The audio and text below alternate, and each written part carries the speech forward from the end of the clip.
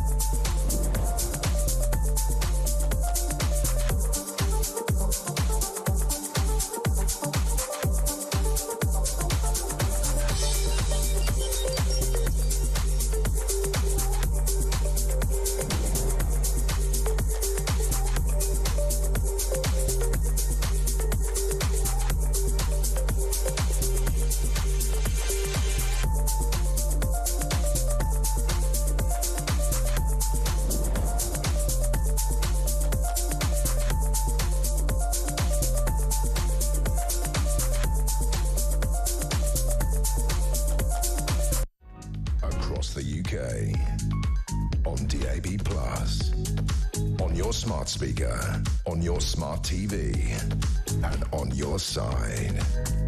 This is Talk.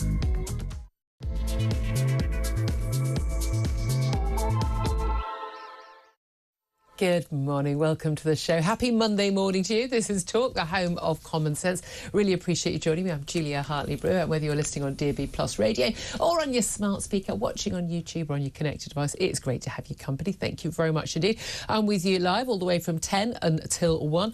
Coming up on the show, Keir Starmer and President Macron will meet today to discuss the implications of Donald Trump's re-election on free trade and the war in Ukraine. Prime Minister will also become the first British leader since Winston Churchill in 1944 to attend Armistice Day in Paris. President-elect Donald Trump has issued a stern warning to Vladimir Putin not to escalate the war in Ukraine. He's reminded him of America's sizable military presence in Europe. So what are the implications for Ukraine, and why has the Kremlin denied that any phone call even took place last week. Plus, Keir Starmer, frankly, laughably, he'll be one of the few world leaders to attend the COP29 Eco Summit in Azerbaijan. He's flying there later today. He's insisting it's in Britain's strategic self-interest to become a much poorer country. No, sorry, to push ahead with rapidly decarbonising the economy. Oh, look, they're exactly the same things. And the bosses of Britain's biggest pubs, hotels and restaurant chains have told Rachel Reeves that they face being forced to shut sites and make drastic job cuts after the Chancellor launched a tax grab on employers. We're talking about the farmers' protests as well. Indeed, supermarkets saying they're going to have to put prices up as well. None of it is going in the right direction since that budget, is it? Anyway, this is Talk. Welcome to the home of common sense. Welcome also, delighted to say, to a man who owns far too many medals, and he's wearing all of them today, and quite rightly and proudly. Philip Ingram, former senior military intelligence officer. Good morning to you. Good morning. Great to see you again so soon. You were with us last Thursday. Yeah. And it's great to have you in on a day like today, on Armistice Day. And obviously, at 11 o'clock, we will be marking the 2-minute silence, as Mike has been talking about. The Prime Minister will be in Paris, very unusually, alongside President Macron. As I say, first time since a Prime Minister for this country, since Winston Churchill has done that. You are here with all of your medals as a former serving officer. You also have with you your my great-grandfather's medals, which include Victoria Cross. No, it's not Victoria Cross. It's got a medal issued during Victoria's time. Right. It's a Queen's South African medal.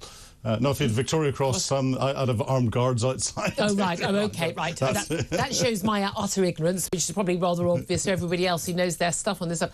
Very briefly, talk us through those incredible medals on your chest that you're wearing very proudly. Oh, crikey, you asked me this before and trying to remember. Well, that's a member of the Order of the British Empire.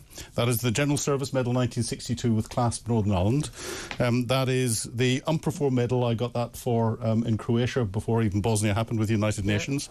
That is the NATO Medal for operations into Bosnia, the NATO Medal for operations into Kosovo, the NATO Medal for operations into the former Yugoslav Republic of Macedonia, as it was called then, now North Macedonia. That is the Iraq Medal, and then that is the Queen's Golden Jubilee Medal. Can I just say, on behalf of everyone here at Talk and everyone listening, I'm sure as well, thank you for your service.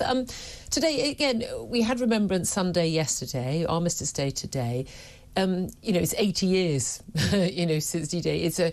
We marked all that earlier in the year as well. It is still extraordinary how just in your blood this is for most of us to mark these days, these solemn occasions, and to give thanks to people. What do you make? And Mike's talking about this on his show this morning. The people who say, well, they won't wear a poppy, they don't mark this. This is somehow a sort of a celebration of war and death and blood loss, as opposed to, I imagine, how you see it, which is very differently. Yeah, it's in no way the celebration of war and death. It's remembering those that have given people the freedom to have that choice. Whether to say it out loud, not get put in prison. Exactly. And therefore it is commemorating the sacrifice that they have made, and that those who have died at their own hands because of the pressures of war that have made, and the sacrifices the families have made as well in all of this, so that it's brought the freedoms that we enjoy today. And it's not just about the First World War or the Second World War, but since the end of the Second World War, there has only been 1 year whenever British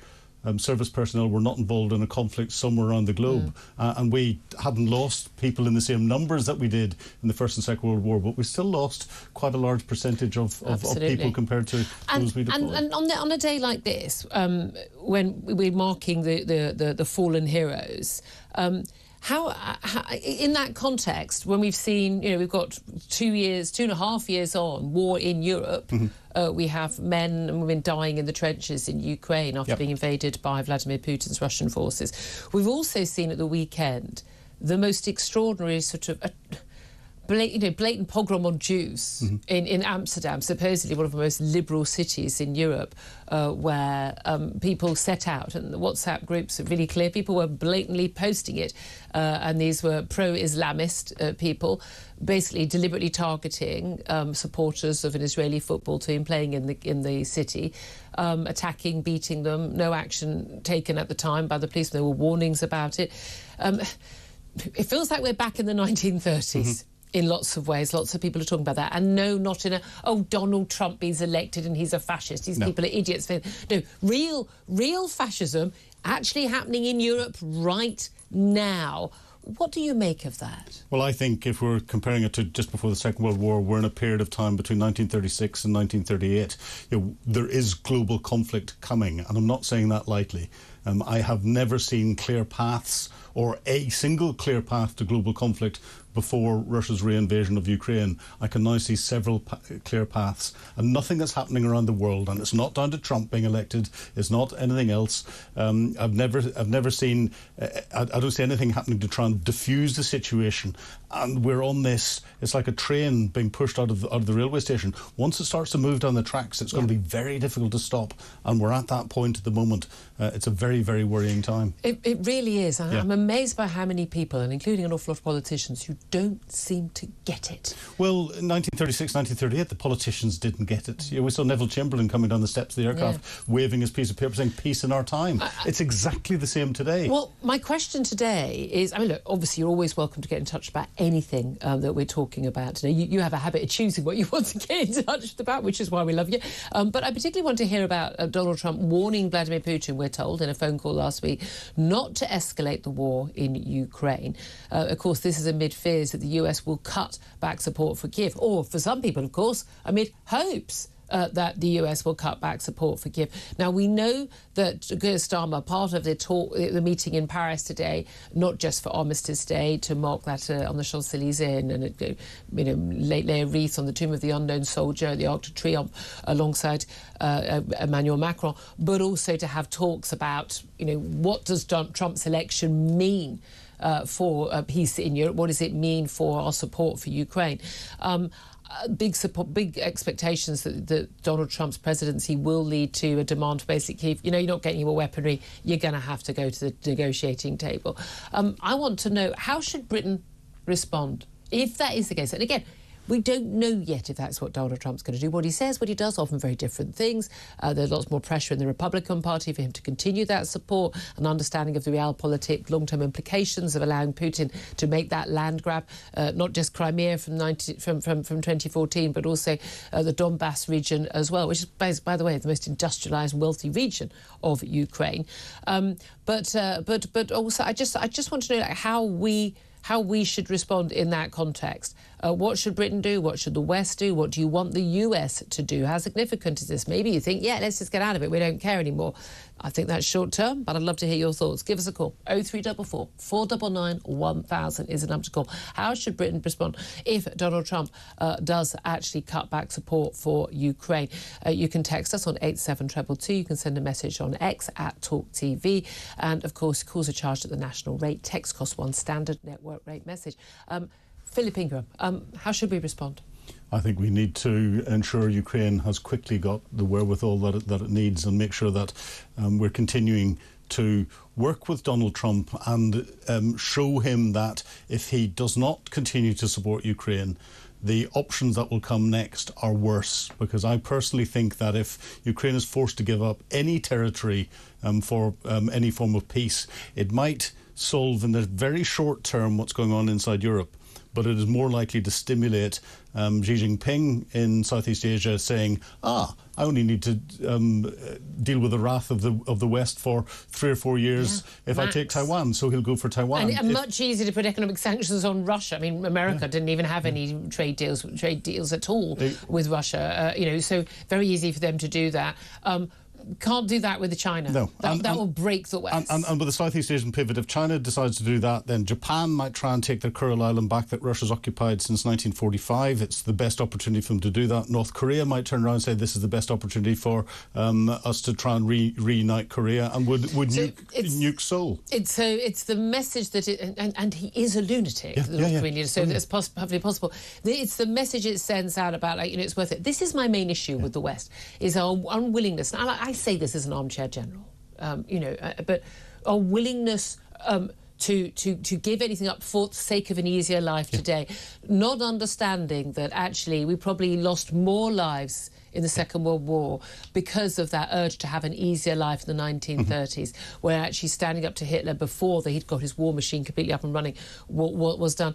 But also in a time when we're arguing over whether we should spend 2.3% or 2.5%, where we're going to hit that target of GDP on military.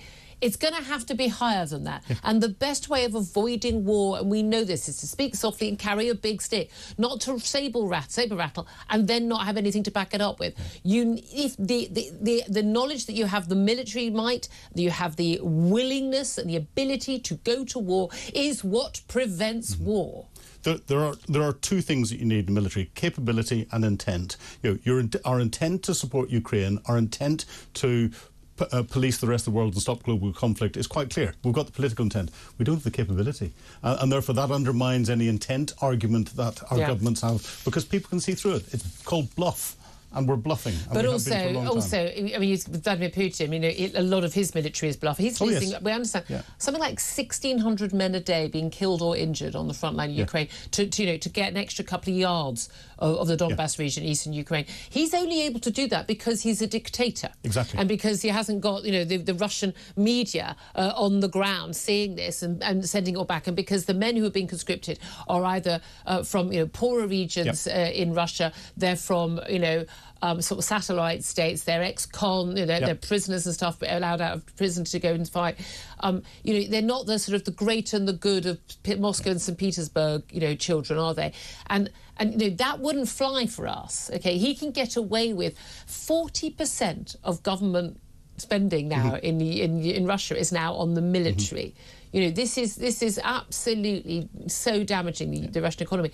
We wouldn't be able to do that here, so we can't get away with that bluff. And we're arguing over going up to 2.5%. If we go back to the Cold War and we have an Iron Curtain comes down across Europe again, which is one of the other things. The last Cold War, we were paying between 5, 6 and 7% of GDP on defence. If it then got into a major global conflict, then it's what's called total war. So our whole economy, 100% of our economy, is focused on trying to provide us the wherewithal in defence. 2.5 or 3% is cheap compared to that. Yeah, absolutely.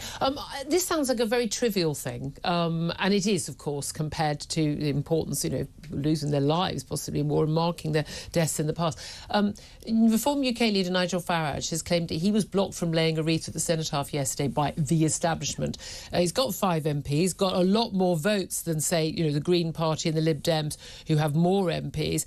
The Lib Dems got more MPs, certainly more than the Lib Dems, than the Green Party, apologies. But the leader of the DUP, who only have 5 MPs, but, biggest party in Northern Ireland, they were allowed to lay a wreath, List MP, Lib Dems and others. Along with the Green Party, Farage wasn't allowed to, because apparently you have to have 6 MPs to take part, and that's part of the ceremony, and they've only, he's only got 5 and she's only got 4. I mean, I don't know who came up with these rules, but I mean, is that a needless establishment snub?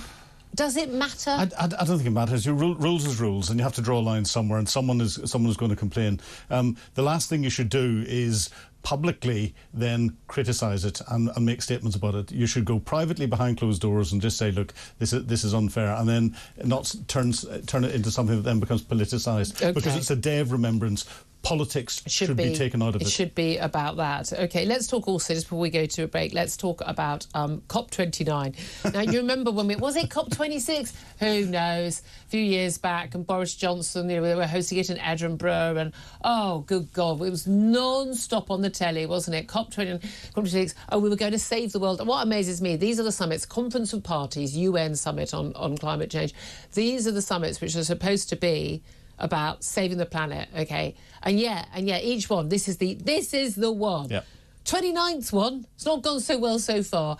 Basically, they sign up to a protocol, it's all watered down. China and India play along and then just do exactly what they want, quite rightly.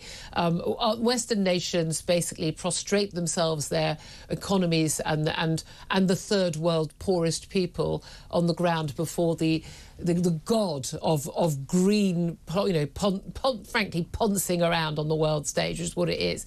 I call it greenwashing, but it's poncing around on the world stage. They all fly there by private jet. They talk a load of abject nonsense. They want to carry on with their own lives, but make everyone else poorer, both in the Western world and in the third world. And the latest thing is, demands for trillions and trillions of pounds and dollars to basically pay the third world not to use fossil fuels, because that's going to prevent them getting rich. It's almost like we're telling them that we know that fossil fuels are better. This at a time when, by the way, what a surprise, I mean, there hasn't been any sunshine for the last few days. We haven't wind hasn't been producing, and solar hasn't been producing pretty much anything by way of power for us. But Keir Starmer's going to be basically the only major world leader there. Chinese aren't there, Indians aren't there, America's not there, France not there, Germany not there. He still thinks this is a big deal. He is so wrong about everything. If Keir Starmer's there, good general rule, the day has passed. Yeah, so out of touch. You know, all the major emitters in the world are not represented there, so it can't affect anything. You can give $1 trillion to each of the small nations that's around the place, but that's not going to affect the emissions unless you're dealing with China, United States, India. I don't want people to affect the emissions and everything else. When we say major emitters, what we mean is major world economies. Yeah, there are advantages in developing new technology. You don't have to label them as green technology, but if you haven't got the major economies there to sit down and negotiate with, it's a waste of time. Yes, he can do some good sideline meetings with some of the Mostly they're going to be oil deals. By the way, Azerbaijan is a major oil producing nation, and good, because we rely on oil. It's part of the reason why everyone's wealthy now. Maybe what he's doing, maybe what he's doing is because we're closing North Sea oil down. He's there to actually do a sideline oil deal and bring it in from Azerbaijan. Yeah. It is absolutely extraordinary. It really is. Anyway, look, Keir Starmer and President Macron, by the way, at the Armistice Day commemorations in Paris right now, laying their wreaths. And we've got that footage on the screen if you're watching on our YouTube page. If you're not, do take a look at it. You can see that footage of them going to lay a joint wreath there in Paris. Don't forget, we'll be taking the 2-minute silence, of course, at 11 o'clock to pay our respects to those who have fallen, and indeed to those who like Philip, have served and are keeping our country safe. What I want to do is hear from you, because Donald Trump has warned that Vladimir Putin should not escalate the war in Ukraine. We are told there was a phone call. Kremlin's denying there was a phone call. But this is amid fears that US will cut back support for Kyiv. Maybe you're happy about the prospect of that. Should Zelensky just go to the table and negotiate and give up some of his territory for peace? Is that what you want? How should Britain respond? Should we up the ante? Should we put more into our military, spend more on GDP, give more help to Ukraine? Or should we walk away from Ukraine as well? I want to hear your thoughts. Give us a call, please. 0344 499 1000 is the number to call. This is Talk.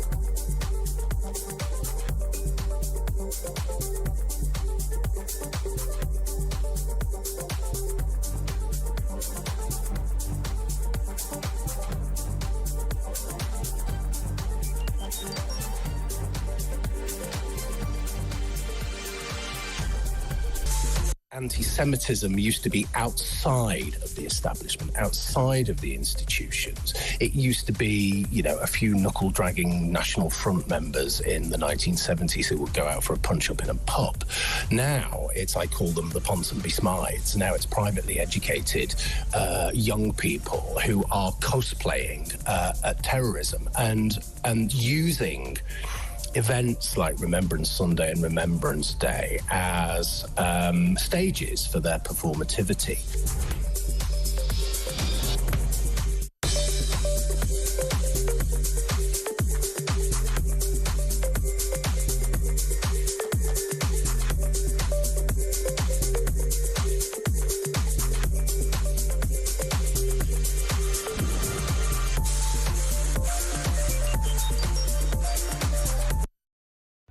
Across the UK, on DAB+, on your smart speaker, on your smart TV, and on your side. This is Talk. This is Talk, the home of common sense. Very much appreciate you joining me. Philip Ingram, of course, is also here, former senior military intelligence officer, and we'll be keeping up to date on events, of course, both here in the UK and, of course, in Paris, where Keir Starmer is with President Macron. They've been laying a wreath in Paris, to obviously marking the Armistice Day there as well. It's the first time since 1944 when a British Prime Minister has joined the French leader for such an auspicious occasion. I'm delighted to be joined by Philip Ingram, former senior military intelligence officer, bearing all of his amazing medals. He also brought his great-grandfather's medals dating back into Victoria's reign as well. Extraordinary to think of that family history. It's also great pride, I'm sure, going back. And we will, of course, be marking the 2-minute silence at 11 o'clock here at Talk, so do please stay with us.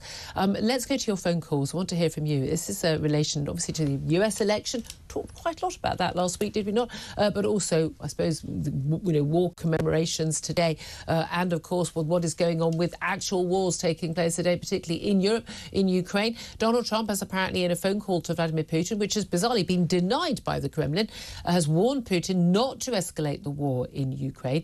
This is amid fears or hopes, depending on your perspective, that the US will cut back support for Kyiv and basically say, you know what, Zelensky, you're on your own, get to the negotiating table, let's end this war. Donald Trump has said he could end the war in one day. Question is, how much land would Kyiv be expected to give up, and would that not just be, well, frankly, delaying our chance of actually dealing with Putin, because you'll just encourage him. He knows he's only got to hold out for 2.5, 3 years, and he can have anything he wants. Is that what the message we'd be sending? I want to know, how should Britain respond? What should Britain do? Should we escalate our military expenditure? Should we actually be helping Ukraine more and not relying on the American taxpayer to fund peace in Europe, as we've basically done for the last 70+ years? Or should we, as Donald Trump has suggested, we don't know if that's what he's going to actually do, actually just basically say to Zelensky, get to the negotiating table? I'd love to hear your thoughts on this. 0344 499 1000 is the number to call. Let's go to your texts and tweets coming in first. Brian says, we spend enough money securing the Ukrainian border. Time to secure our own. I suppose the argument, Philip, is actually securing Ukraine's border helps us secure our own, does it not? Very much so. If we don't secure Ukraine, then we are at much greater threat, much greater threat. David says Britain should respond by cutting funding for Ukraine and instead providing a fuel allowance to its pensioners, stopping the boats and putting the gangsters who wreak havoc in our capital in the slammer where they belong. Edmund says Ukraine's future is our future. If they lose, then the wolf will come to our door. Philip nodding along to that. Greg says jaw is better than war, as Churchill once said. So we should be talking to Putin to try and find a way to end this war, which has been going on for nearly 3 years. It's cost this country and the US a lot in aid, and we should be trying to look for a resolution. Well, there is an obvious resolution, isn't there?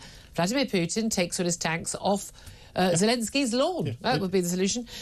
Phil says, stop sending money to a country that has no ties to us whatsoever and start looking after our own. Darren says, wish we had Trump. Instead, we've got the utterly useless Comrade Starmer. Certainly we had Zelensky's people apparently saying that they thought that with it, the support for Ukraine had dwindled under Starmer compared with what it had been under Boris Johnson and Rishi Sunak. Yeah, I'm picking that up as well. And I think under the previous government, we didn't supply lots of kit to Ukraine, but what we did was provide political capital. So we were the first to send main battle tanks, training as well, and also crucial role in in basically convincing America as well. Well, let's go to the phone lines.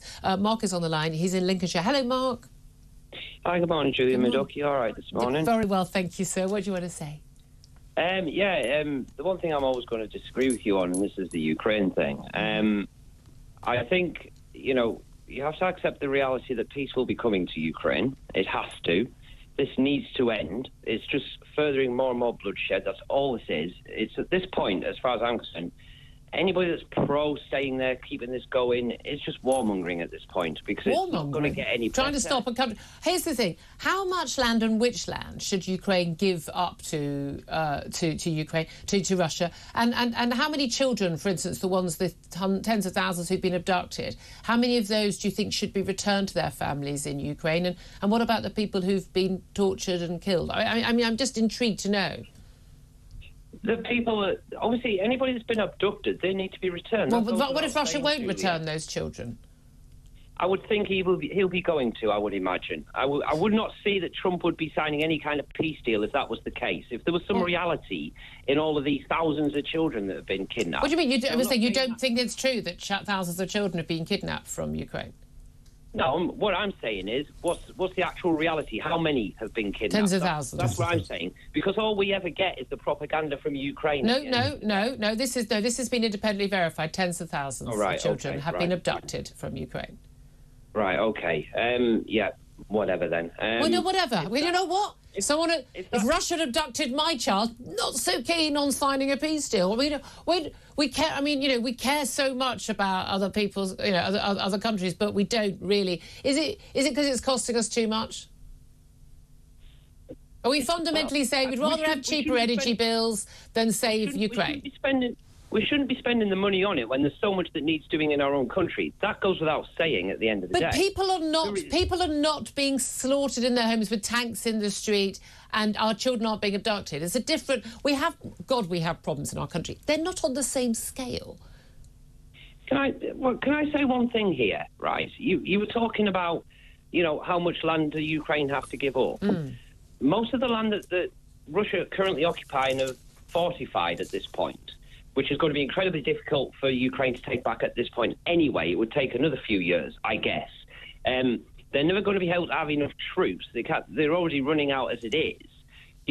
Spending more and more money is highly unlikely at this stage, unless we're going to put boots on the ground in Ukraine to actually take that land back for the Ukraine. Most of that land, as far as I'm aware, the majority of people there are actually consider themselves more Russian than they do anything else. Not majority. No, that's again, that is Russian propaganda, but also an awful lot of people have fled, and the people who have stayed are those who are also Russian speakers. But that was a deliberate policy of Russia to basically push their own people in. They've done the same in the Baltic states as well, and it's how they justify going in. One other thing I wanted to mention here as well is the argument that I always hear with this that I can't understand for 1 second, because it doesn't make any sense to me. Yeah. And that's this notion that he's going to plough through. If we don't do what we're doing now and keep it going and keep all the bloodshed pouring out and all the rest of it, if we don't do that, he's going to take the rest of Europe. He'll march through Lithuania, he'll be into Latvia, he'll be into Poland and all the rest of it.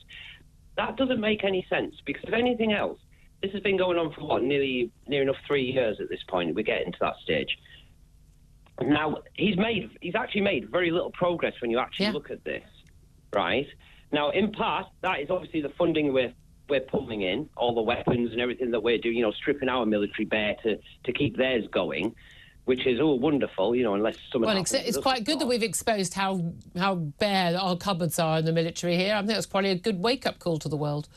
Well, absolutely. But my point on this is, if this was a serious threat, my feeling on this is, if NATO genuinely believed that there was a real chance that this could happen with Russia, then why on earth aren't they sticking a massive force? Because as far as I'm concerned, if you're worried about this, you would have a massive force on that border. Yeah. But I mean, the argument, I think there would be at the point when that was looking likely. Mark, I so appreciate your call. Thank you very, very much indeed. I really appreciate that. I'm going to move on just quickly. I want to get another call in before we go to a break. Adrian is in the New Forest. And Adrian, I think you agree with Mark on a lot of that. Yeah, morning, Julia. And look, a military veteran myself. I'll be down to our memorial in 25 minutes. Yeah. Look, loathe him or like him, I hope Trump does resolve this war. And the reason is this war is unwinnable. We have been sold propaganda, and there's plenty of Russian propaganda, but certainly from Britain as well, that we can, if only we arm, we put more money, yet more money, it's unwinnable. No, but if we did, no, I'm sorry. If we did actually provide all the jets, and frankly, I'd have NATO jets flying and bombing the Russian forces. We're already at war with Russia. Let's just stop, frankly, pussyfooting around it. We could win. NATO could easily win this war if they wanted to. I just respectfully disagree.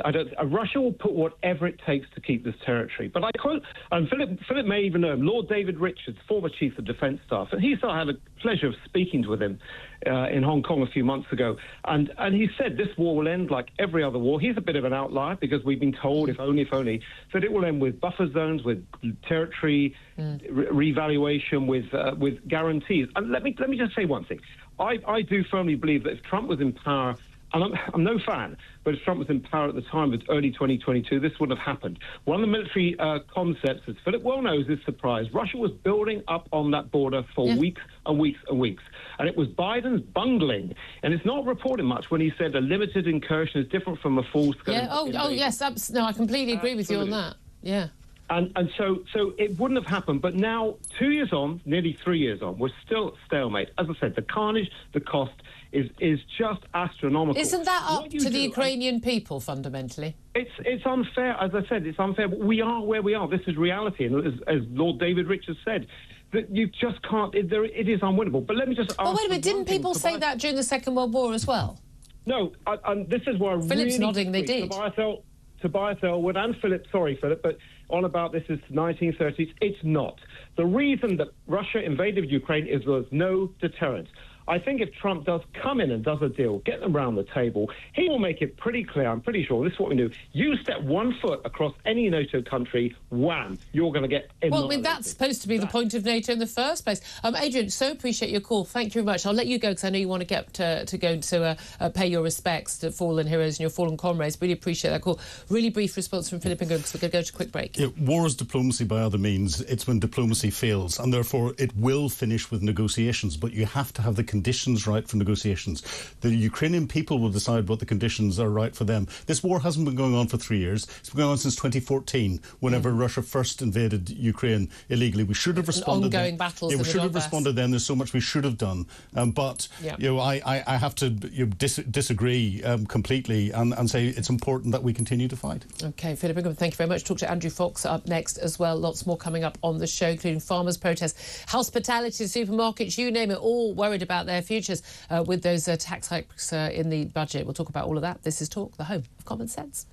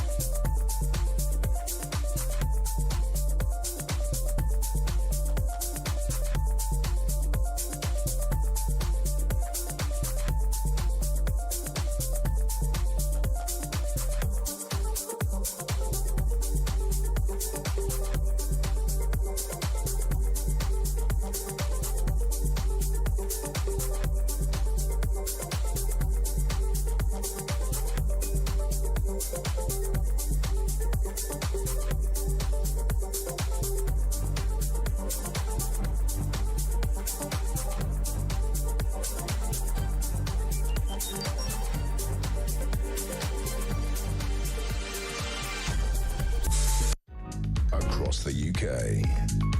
On DAB+, on your smart speaker, on your smart TV, and on your side. This is Talk. This is Talk, the home of common sense, with me, Julia Hartley-Brewer. 10:39 is the time. Don't forget, we'll be taking the 2-minute silence at 11 o'clock here on Talk, if you stay with us. Let's talk right now to Andrew Fox. He's a Defence and Research Fellow at the Henry Jackson Society, former military man himself, on this auspicious day. Good morning to you, Andrew. Hi, Julia. Thank you very much for joining us. We're running a little bit late, so I want to talk to a couple of our callers getting in touch. 0344 499 1000 is a number to call to have your say, but very interesting that they were saying, you know, they think that Ukraine, you know, we should back Trump in getting Ukraine to the table, negotiating table with Russia, and lots of concern or hope, depending on how people look at it, about Donald Trump basically saying, we understand in a phone call to Putin, you know, basically, you know, don't push your luck, but also talk about rolling back support for Ukraine to get them to the table. What do you make of that? Strategy is a really tricky one. I don't think we've had a really good few years of strategy when it comes to Ukraine. So you start with a goal, which is, as Phil said just a second ago, is political. And then you come up with a rational course of priorities. And then you attach resources to those priorities to achieve that political aim. And where we are at the moment is we don't have the resources on the ground to drive Russia from the battlefield or achieve a decisive result. So something needs to change in our strategy, and it goes one of two ways, I suspect. We either uplift what we're giving to Ukraine, or we force the Ukrainians to the negotiating table, and we run very hard into realpolitik here. I'm with you. I would like to see NATO aircraft in the skies driving Russia back to where they belong, but that doesn't appear like it's going to happen. And my sense is that there will be a sort of forced negotiation of some kind once Trump gets in January. I mean, again, and that's going to be, that will be almost near the 3-year anniversary. A huge amount of blood spilt, a huge amount of money spent. I mean, the damage to the Western economies from, of course, the embargoes, the sanctions on Russia, and the loss of, you know, crucial supplies, you know, farming supplies and fertiliser and the like from Ukraine, has had a devastating impact. Do you think an awful lot of this is actually more about, you know, money talking, economic woes talking, rather than anything else? And is that one of the weaknesses of the West, is our unwillingness, OK, partly a good thing due to democratically elected governments having to worry about what their people think, which Putin doesn't have to worry about because he can't just kill and imprison everybody. But actually, it's also one of our weaknesses, which is that actually we're not willing to pay the costs of doing sometimes the stuff that needs to be done. Well, in the run-up to the war, Putin was very clever. He moved a lot of chess pieces around before he moved his bulk of his armed forces into contact. One of those was creating a reliance within Europe on Russian gas. Again, attacking grain supplies globally has been really challenging due to the Ukraine war, and that has taken a hit in our pockets. Not to mention the fact that giving a lot of military equipment to Ukraine is expensive. Yeah. And yes, we've cleared out the bottom shelves of our quartermaster stores, and we've kind of got rid of everything that we don't particularly want, and the higher end stuff perhaps hasn't been as forthcoming. But it still is expensive, and that's you know, it's down to Western leaders to make a choice. What do they value more, the hard cash value of what they're giving Ukraine, or potential instability in Europe in years to come? You know, put a money value on it and take your choice. What do you think that Donald Trump will actually do? Because what he says and what he does are often very different things when it comes to Ukraine and aid for Zelensky. Do you think Zelensky, who has been a magnificent sort of campaigner for his own country, the charm offensive, which began, you know, within seconds of it looking like a Trump victory in the elections last week, you know, the tweet congratulating him and the like, do you think Zelensky may be able to persuade, cajole, charm him? Do you think there's going to be pressure from Republicans in Congress or Donald Trump's advisors? What do you think will actually happen? A lot of it will depend on who Trump appoints. We know that his vice president to be, J.D. Vance, has made distinctly anti-Ukrainian noises in the past. And it's a real challenge for the Republican electorate as well. They have been the main target of Russia's information operations in this war. Convincing them that Zelensky is spending American taxpayer money on yachts, fancy cars and fur coats for his wife, whilst Americans pay more at the gas pump and in the supermarket. And it's been very, very effective. And I've got friends in America who've been affected by this disinformation storm. So Trump's going to face electoral pressure, but he doesn't have to be re-elected. He's not going to run again, so that kind of pressure might be off him slightly in that sense. But he'll certainly face congressional pressure. His own vice president has made his position very clear, and so it's going to come down to essentially what Trump's closest advisors advised him to do. Yeah, indeed. And just on defence spending, John Healey, the Defence Secretary, has been out and about today, and there's lots of talk about, when is the government actually going to deliver its pledge without a date of hitting 2.5% of GDP military spending. The Tories had got up to 2.3%, but realistically, neither of those figures even touches the side of what we need to spend, does it? No, UK defence has been catastrophically underfunded for the last 20 years almost. They're still paying the price from having to go to the Treasury and beg, steal and borrow money for essential mission equipment in Afghanistan. And we know full well that the Treasury is not particularly interested in defence. So we don't have a Navy that can deploy. We don't have an armoured division, and the RAF has but a slack handful of planes. We're in a dire state, and it's even throwing money at the problem isn't going to fix it because we can't recruit at the moment. So we're in real trouble on the defence front. Indeed. And on this day, of course, when we it's Armistice Day, we are paying tribute to fallen heroes. And of course, we had Remembrance Sunday yesterday. Right now, Keir Starmer and Emmanuel Macron, they've been in Paris together. They laid a wreath at the Tomb of the Unknown Soldier at the Arc de Triomphe and the Winston Churchill statue in Paris as well as part of those commemorations. Yesterday, we had Celtic fans singing pro-IRA songs, even just seconds into the 2-minute silence being held at Sunday yesterday. They had to give up after 9 seconds on the 2-minute silence because people just simply weren't willing to pay their respects. Are you concerned that actually people are beginning to forget the sacrifices that were made for us to even be able to have conversations like this freely? Well, sectarian idiots are always going to be sectarian idiots, and there's nothing we can really do about that. And certainly your studio guest there can tell you more about that than I can with his background. But I was referring, you were just to Philip Ingram, of course, from Northern Ireland, yes. But yeah, the response I've seen generally, though, has been fantastic. I was in town yesterday and I saw the parade that the Royal Military Academy Sandhurst put on. The response from the public was wonderful. And you walk down the streets and all you see is poppies and people wearing them, having them on lampposts. So certainly where I am, obviously that's a very anecdotal experience from one particular part of Surrey, but people certainly do seem to remember. Because on my train into work, I don't think I see a single one. Not a single one every day. I haven't seen a single one for the last couple of weeks. It's extraordinary. Andrew Fox, always good to talk to you. Thank you so much for joining us. Defence Research Fellow at the Henry Jackson Society. I'll get back to Philip Grimm in just a couple of moments. We'll take a break. Then we're also going to be talking about hospitality. Massive hits on hospitality and with every other business, but even more so on hospitality. Hotels, restaurants, pubs and bars. And they're worried that actually the budget tax hits are going to mean many of them will close. We'll talk about that up next with Kate Nichols. This is Talk.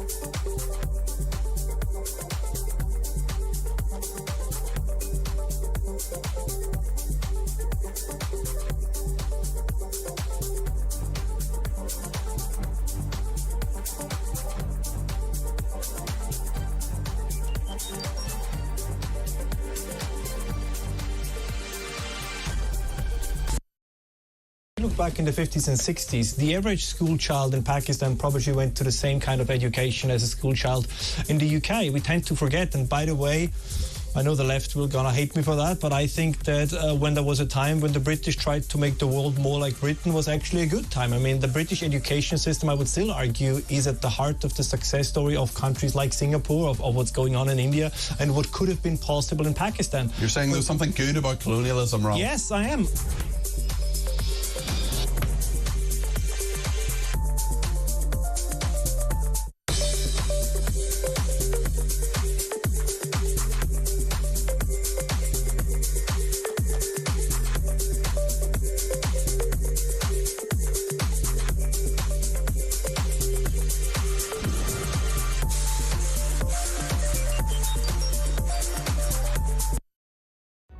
Across the UK, on DAB+, on your smart speaker, on your smart TV, and on your side. This is Talk. This is Talk, the home of common sense. Philip Ingram's still with me, a former senior military intelligence officer. Don't forget, we will be marking the 2-minute silence at 11 o'clock. We'll join you with that. First up, though, let's talk about, well, how an awful lot of pubs and restaurants and hotels and bars and nightclubs are falling silent as they close their doors simply because they simply can't afford to stay open anymore. And the latest tax raid by the Chancellor, Rachel Reeves, has done even more damage. Let's talk to Kate Nichols, OBE, who's Chief Executive of UK Hospitality. Good morning to you, Kate. Good morning, Julia. Thank you for joining us. Now, look, you and I spoke so many times during lockdowns, people just absolutely tearing their hair out over trying to keep their businesses open. They get back to work, and then because we have a massive economic crisis of energy bills going up and goodness knows what, people are just getting back on their knees. And then, of course, we had the budget hit. What exactly happened in the budget that hit your members so hard? Well, I think that context that you've just described is really important because these are businesses that were closed for the best part of 2 years and they still haven't recovered on their balance sheets, their profitability, viability. They are vulnerable. And then, of course, in the budget, we had a triple whammy, national insurance rate increase and the threshold change, bringing in far more workers than would normally be the case. About 2/3 of our workforce now brought into tax and seeing tax increases of 75%. National minimum wage and at a halving of business rate support. And that triple whammy adds a collective bill of £3.4 billion that the sector has to find next year. And in a sector which is on its knees already. And I know so many people who run restaurants and pubs and bars who basically, they used up any savings they had during lockdown periods. Everything was gone, trying to look after their staff. And as you say, also, and having worked in hospitality myself, we're looking at, this is a low-wage industry. A lot of young people getting their first jobs. And, I waitress, did bar work. And, a lot of young people do that. And suddenly these tax changes, they are a big percentage off the bottom line, aren't they? Absolutely. And as you say, these are businesses that are struggling and are struggling to recover. A third of them are operating at or below break even. So there's no profits to take the hit out of. This is going to impact on prices to all of us and inflation and particularly jobs. And as you say, those are jobs, particularly less than 20 hours a week. Those are the people that we're talking about that are caught by this tax raid for the first time. It's young people, it's students, it's working mums, it's those returning from work. Those job hours, 85% of our businesses say they're going to have to cut jobs and headcount. 95% of them say they're going to freeze investment and 95% of them say they're going to increase prices. So we're all losers as a result of this. And that's it. And look, I want young people to be getting more. I want the minimum wage to go up to a wage people can actually live on. That is absolutely vital. But again, we are looking at actually the impact on jobs in the future because again, businesses often operate on such tiny margins. Even if they are making a profit, they can't. There is this idea, I think, from among a lot of Labour politicians in particular, that sort of business bad, bosses bad, they're nasty, evil people sort of sitting there counting their money in their palaces, in their castles, as opposed to just ordinary people who just started out and maybe employed a couple of other people and running a business and trying to look after people and treating their staff in lots of cases like family. And it's a complete abject lack of understanding of how a lot of small businesses operate. Absolutely, and hospitality uniquely is an industry of small businesses, entrepreneurs, people who are starting up, investing in their high streets and community, giving a lot of value added back. And people are at the heart of our industry as well. A vending machine can give you a product. Only a person can give you great service. So we invest in them, but in order to pay them good wages, in order to invest in training and minimum wage, we have to be able to make a profit, to be able to support the job. And if there's no job, then there isn't a minimum wage or a salary, and it's the welfare state that's picking up the slack. What a so surprise. It's very short-sighted. And exactly, also, my God, we learnt during lockdown how much we prize having those community hubs, whether it's a cafe or a pub or a restaurant, and people desperate. I remember having my husband having his first pint sitting outside in a pub, back in that July in 2020, and just, oh, thank God we're out and with other people, and how important that is. And it's so important for our lives. But we've already seen nightclubs absolutely devastated, so much less choice, and of course that means often prices have to go up as well for young people. And I'd much rather my young people were out in a nightclub than they were sitting at home on their phones. Much healthier for them, much healthier for all of us in terms of their futures. It's such an important part of our economy. It's such an important part of our, I suppose, our social life, our community life, such an important part for an awful lot of people's, frankly, mental health, to not be sitting at home. Why do you think it's a sector that's just not valued by politicians? I think it's taken... Oh, we've lost you, Kate. Where are you? Kate, hello. I think we've lost her. Kate, can you hear us? No, I think she's frozen. Oh, darn, we'll go back to... I'll go for it. Why do you think a lot of, chancellors and politicians generally don't seem to care about this industry? I don't know. Have they never worked as a barmaid?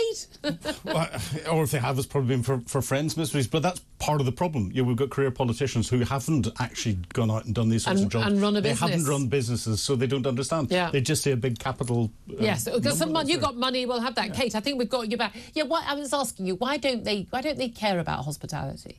Well, I think hospitality can be taken for granted. It's the everyday economy. It's on our high streets. It's just where we pop in to go for a coffee, to provide the meals. It's the backdrop for our daily lives, as you were explaining. And I think it just gets taken for granted and overlooked. And also because it's an industry of small businesses, people forget that it's a very large business collectively. £140 billion industry, bigger than aerospace, automotive and pharmaceuticals. But it's just there in the backdrop. Yeah. It's also... And we've discussed it many times. It's also a crucial part of our appeal to international tourists to come and enjoy. Again, we wouldn't have theatres and a lot of our arts world and funded if we didn't have those foreign tourists to help pay for it. And of course, they expect to go for a nice meal and go for a drink, and it's all part of the economy. Again, people get very obsessed with, say, a car works or a steel works closing down. There are other significant factors there. But, if it's a large number of jobs in one place, suddenly everyone cares. But these jobs are spread out across every town, city, village and,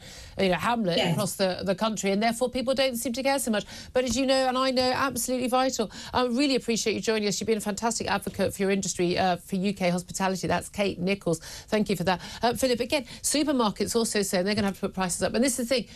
We've been saying this, the national insurance rise for employers, it's a tax on jobs. Yes. And if you put a tax on jobs, you end up having fewer jobs. Well, Rachel Reeves said that herself when she was in opposition. Yes. So, what's changed? She's now in government. Were looking at the same thing. Exactly. So she's criticised the Tory government for considering it, and then they didn't bring it in. So she now brings it in. And it's clear with all of the tax on businesses, the issues there are with farmers and elsewhere, that the core business that is gluing our country together is being attacked. Yeah, absolutely. And again, I do think there's a really big issue with a lot of Labour politicians that they simply do not have a background in business. Not saying you have to be a millionaire. In fact, I'd rather it was somebody who'd run a corner shop, run a small business, that would understand just how tight those margins are. And most people simply are not making that sort of money. And again, this idea that sort of business is bad, they're evil, they're nasty.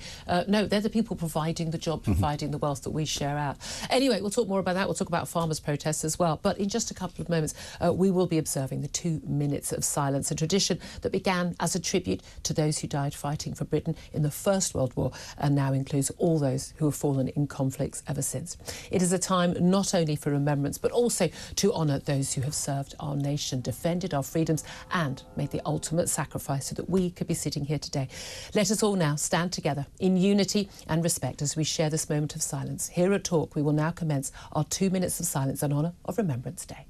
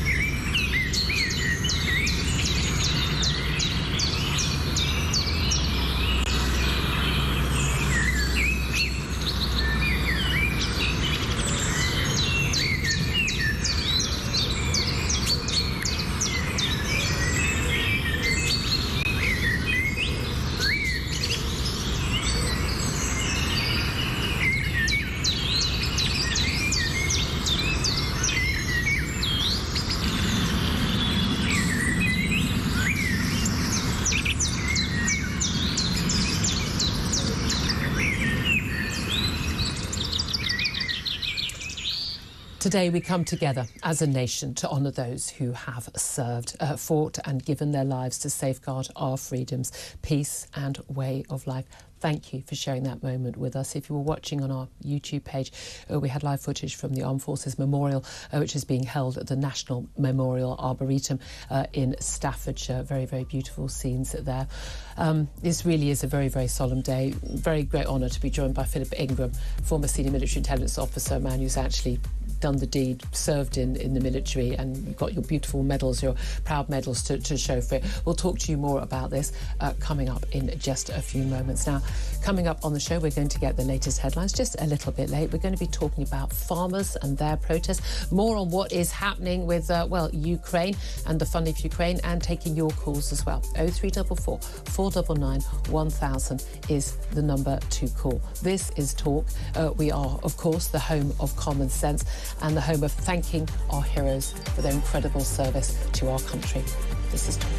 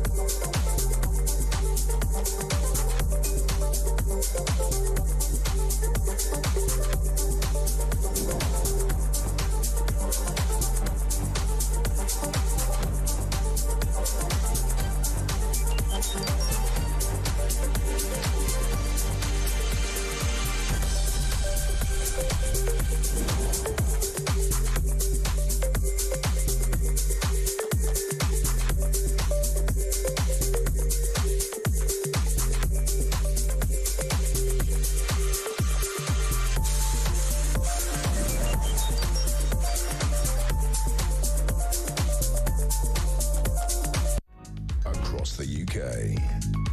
On DAB+. On your smart speaker. On your smart TV. And on your side. This is Talk.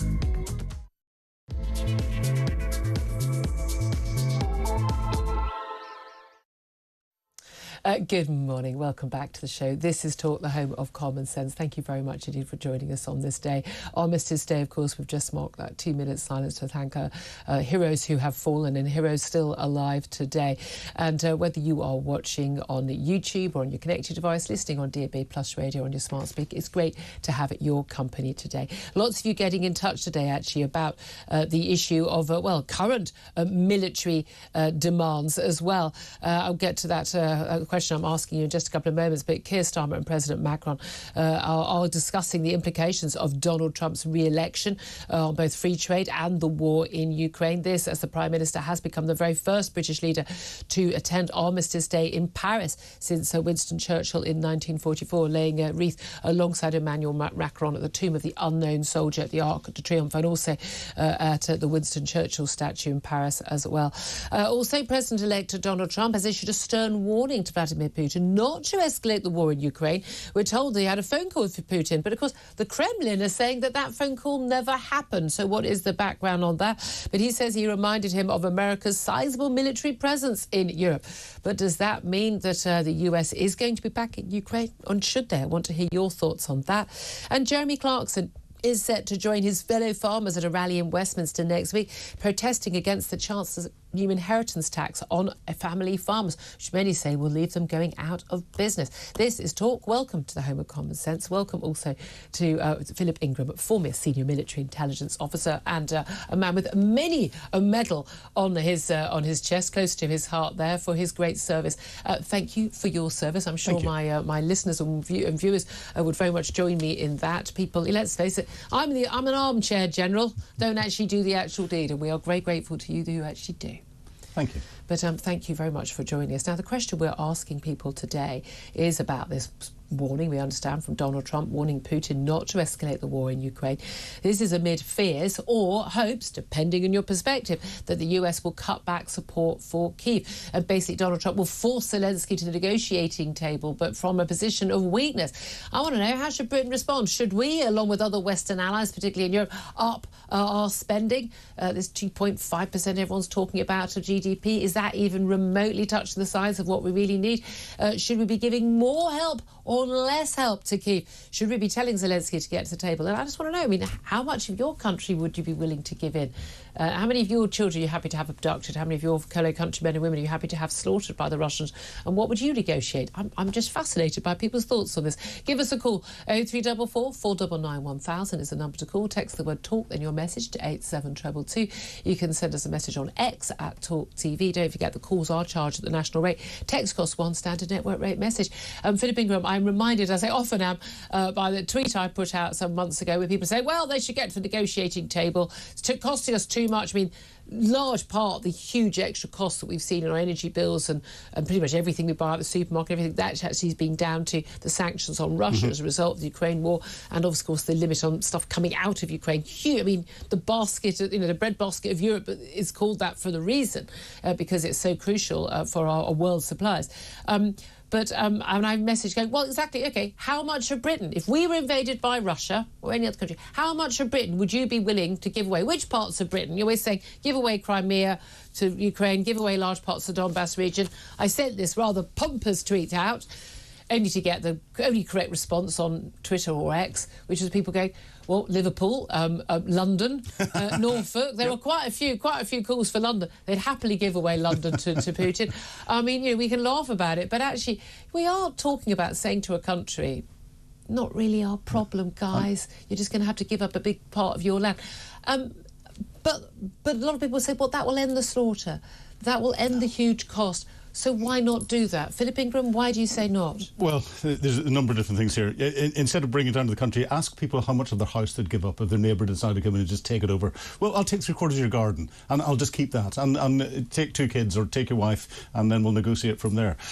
I think we're looking at this too much through one lens, and that lens is force Zelensky to give up territory.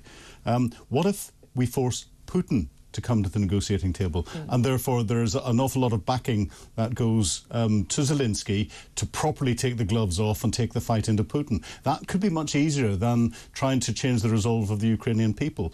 And when we look at this talk that happened, this phone call that happened between Trump and Putin that did or didn't happen. That did or didn't happen, that the Russians are denying. That is a typical Russian tactic for the talk not going, or the phone call not going the way the Russians wanted to. And what was the immediate response in Russian national television? Nude pictures of the president's wife being plastered all over Russian national... President ex-wife, Melania Trump. Melania Trump. To be fair, she posed for them. Current wife. She posed for them. Yeah. I mean, she did, but that was Putin's response to Trump after this supposed phone call that didn't happen. Why would you put that up on Russian national television? So there's power play going on between them at the moment, and that's very interesting indeed to watch. Is that, look, those pictures? She was a model. She posed for a lot of these pictures. Is that implication from Vladimir Putin that, don't push your luck, matey. I've got compromat on you. Lots of claims in recent years. I mean, even from former British spies and others that the Russians. I mean, there's a lot of it that's been debunked. Yep. Goodness knows what going on with prostitutes in hotel rooms in Moscow and video footage and goodness knows what. A lot of it's been debunked, but there is still concern that there is a relationship between Vladimir Putin and Donald Trump. There was a meeting, was there not, where there were no advisors, no one to take notes, no translators, nothing, just the two men in a room for 45 minutes or something at a summit. I mean, that just doesn't happen. Especially when two nations are adversaries. What do you think is behind all of this? Putin thinks of things and thinks of his tactics, and they're not part of a long-term game plan.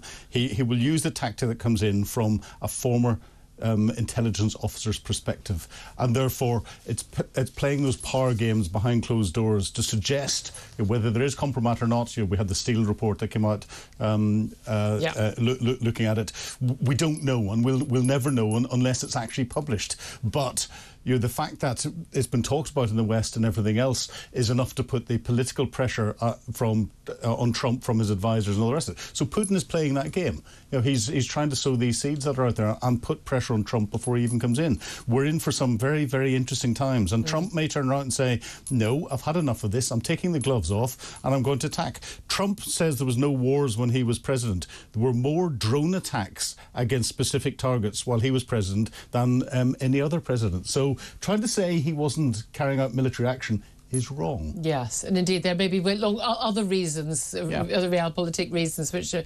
not relevant. What do you think will happen? I think what will happen is there will be a big bit of pressure on both sides to try and come up with some form of plan to get to a negotiating table.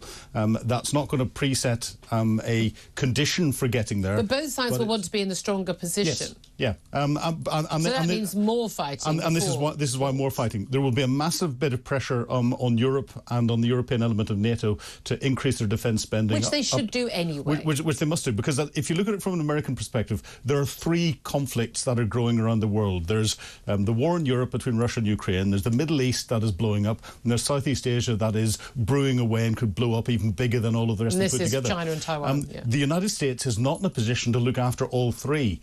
The rest of the world wants the United States to look after all three. And I don't know why taxpayers in Iowa should be funding peace in Europe. I really don't. So that's our job. And therefore, if the Americans say, hey, we'll influence the Middle East and we'll take on the majority in Southeast Asia, please, Europe and European NATO nations, take on the war in Europe and deal with that yourselves. You've got the money. Do you remember the incredible criticism of Donald Trump years back when he was president, where he went to summits and said, you guys aren't paying enough? And frankly, if in fact, they wouldn't. NATO members in Europe were largely not actually committed to, not actually spending as a percentage of their GDP, the required amount as part of NATO membership.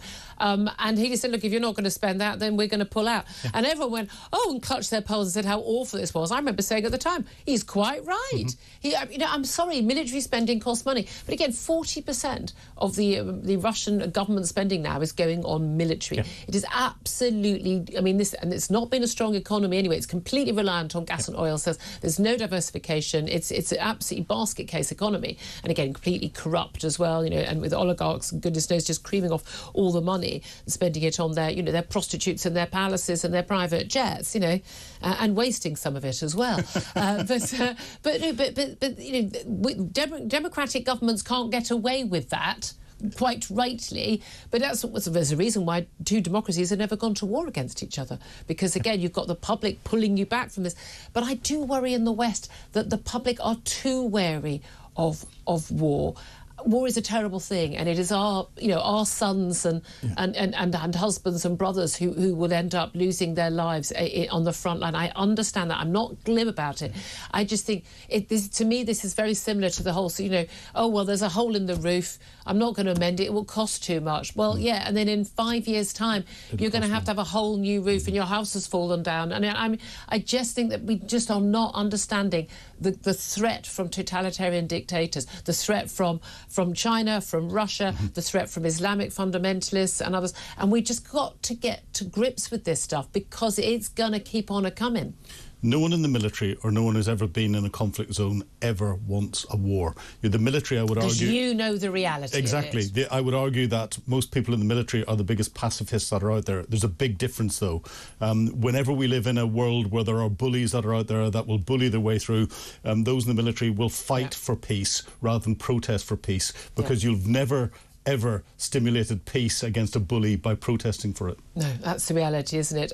Let's talk about top priorities, though. Climate change.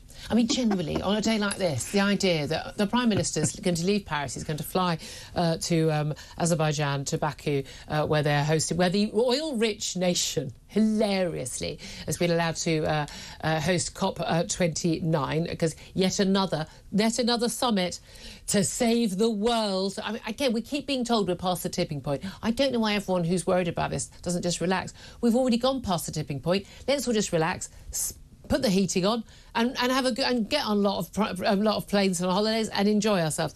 But Keir Starmer is the only pretty much major world leader going. The American, even Biden's not there. I mean, he couldn't even find us. He probably couldn't even find Iowa on the map right now. But Trump's not. Trump's not going. Biden's not going. Macron's not going. Olaf Scholz of Germany's not going. The Indian Prime Minister's not going. The Chinese President's not going. Everyone knows it's just a joke. This was something that everyone pontificated about on the world stage, and we had, I think it was COP26 in Edinburgh, and everyone just sort of did their greenwashing and pontificated as they flew in on private jets, and then flew home on private jets after making some deal they're not going to stick to. Frankly, this little game's over now, isn't it? The world doesn't care anymore. Well, I think Starmer must be going to do an oil deal with Azerbaijan, because he's closing down the North Sea. Because we can close down the North Sea and we go green tick. We're just going to import more from Azerbaijan. It costs more to get it in here. No, but it means we'll reach our climate targets, because they only apply on anything produced here. Exactly. Do try and keep up with the programme there, Philip. For goodness sake, it's all about. I mean, it's utter madness. We're going to talk about it a little bit later in the show. Of course we are. You know I love this subject. Oh, sorry, I've just had corrected. COP26 was in Glasgow. Well, I feel stupid now. Yeah, but I mean, they all flew into Edinburgh and then got shoved in. They'll have visited Edinburgh. Then it was still a complete waste of time. But there we are. 11:19 is the time. Up next, I want to get your calls. Do give us a call. Donald Trump has warned Putin not to escalate the war in Ukraine amid fears the US will cut back support for Kyiv. Or maybe there are hopes that he'll do that. I want to hear your thoughts on this. How should Britain respond? How should the West respond? Give us a call. 0344 499 1000 is the number. This is Talk.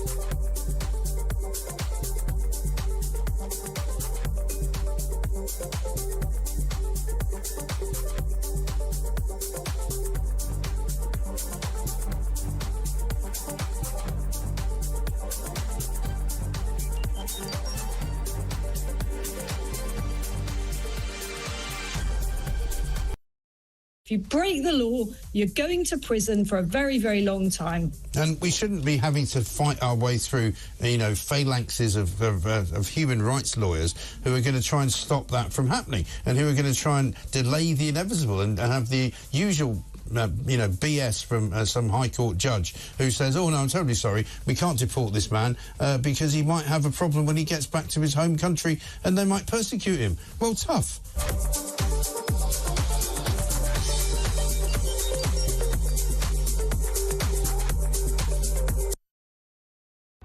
Across the UK, on DAB+, on your smart speaker, on your smart TV, and on your side. This is Talk. This is Talk, the home of common sense. 11:23 is the time. Philip Ingram is still with me. Before we get to calls, and lots of calls coming in about what should happen in Ukraine and what support Britain should give or not in the wake of expectations that Donald Trump will basically, pull away from support. We haven't got to this subject yet because we are going to talk about the farmers' plan to protest next week, a little bit later. Jeremy Clarkson, we're told, is going to join in. Now, I'm very much opposed to protests like, Just Stop Oil and all the climate lunatics and again, I've always supported the pro-Palestinian marches, having the right to go and march, but every fortnight, but not if Jewish people feel they're not safe, which they quite clearly do not feel and are not safe on the streets now.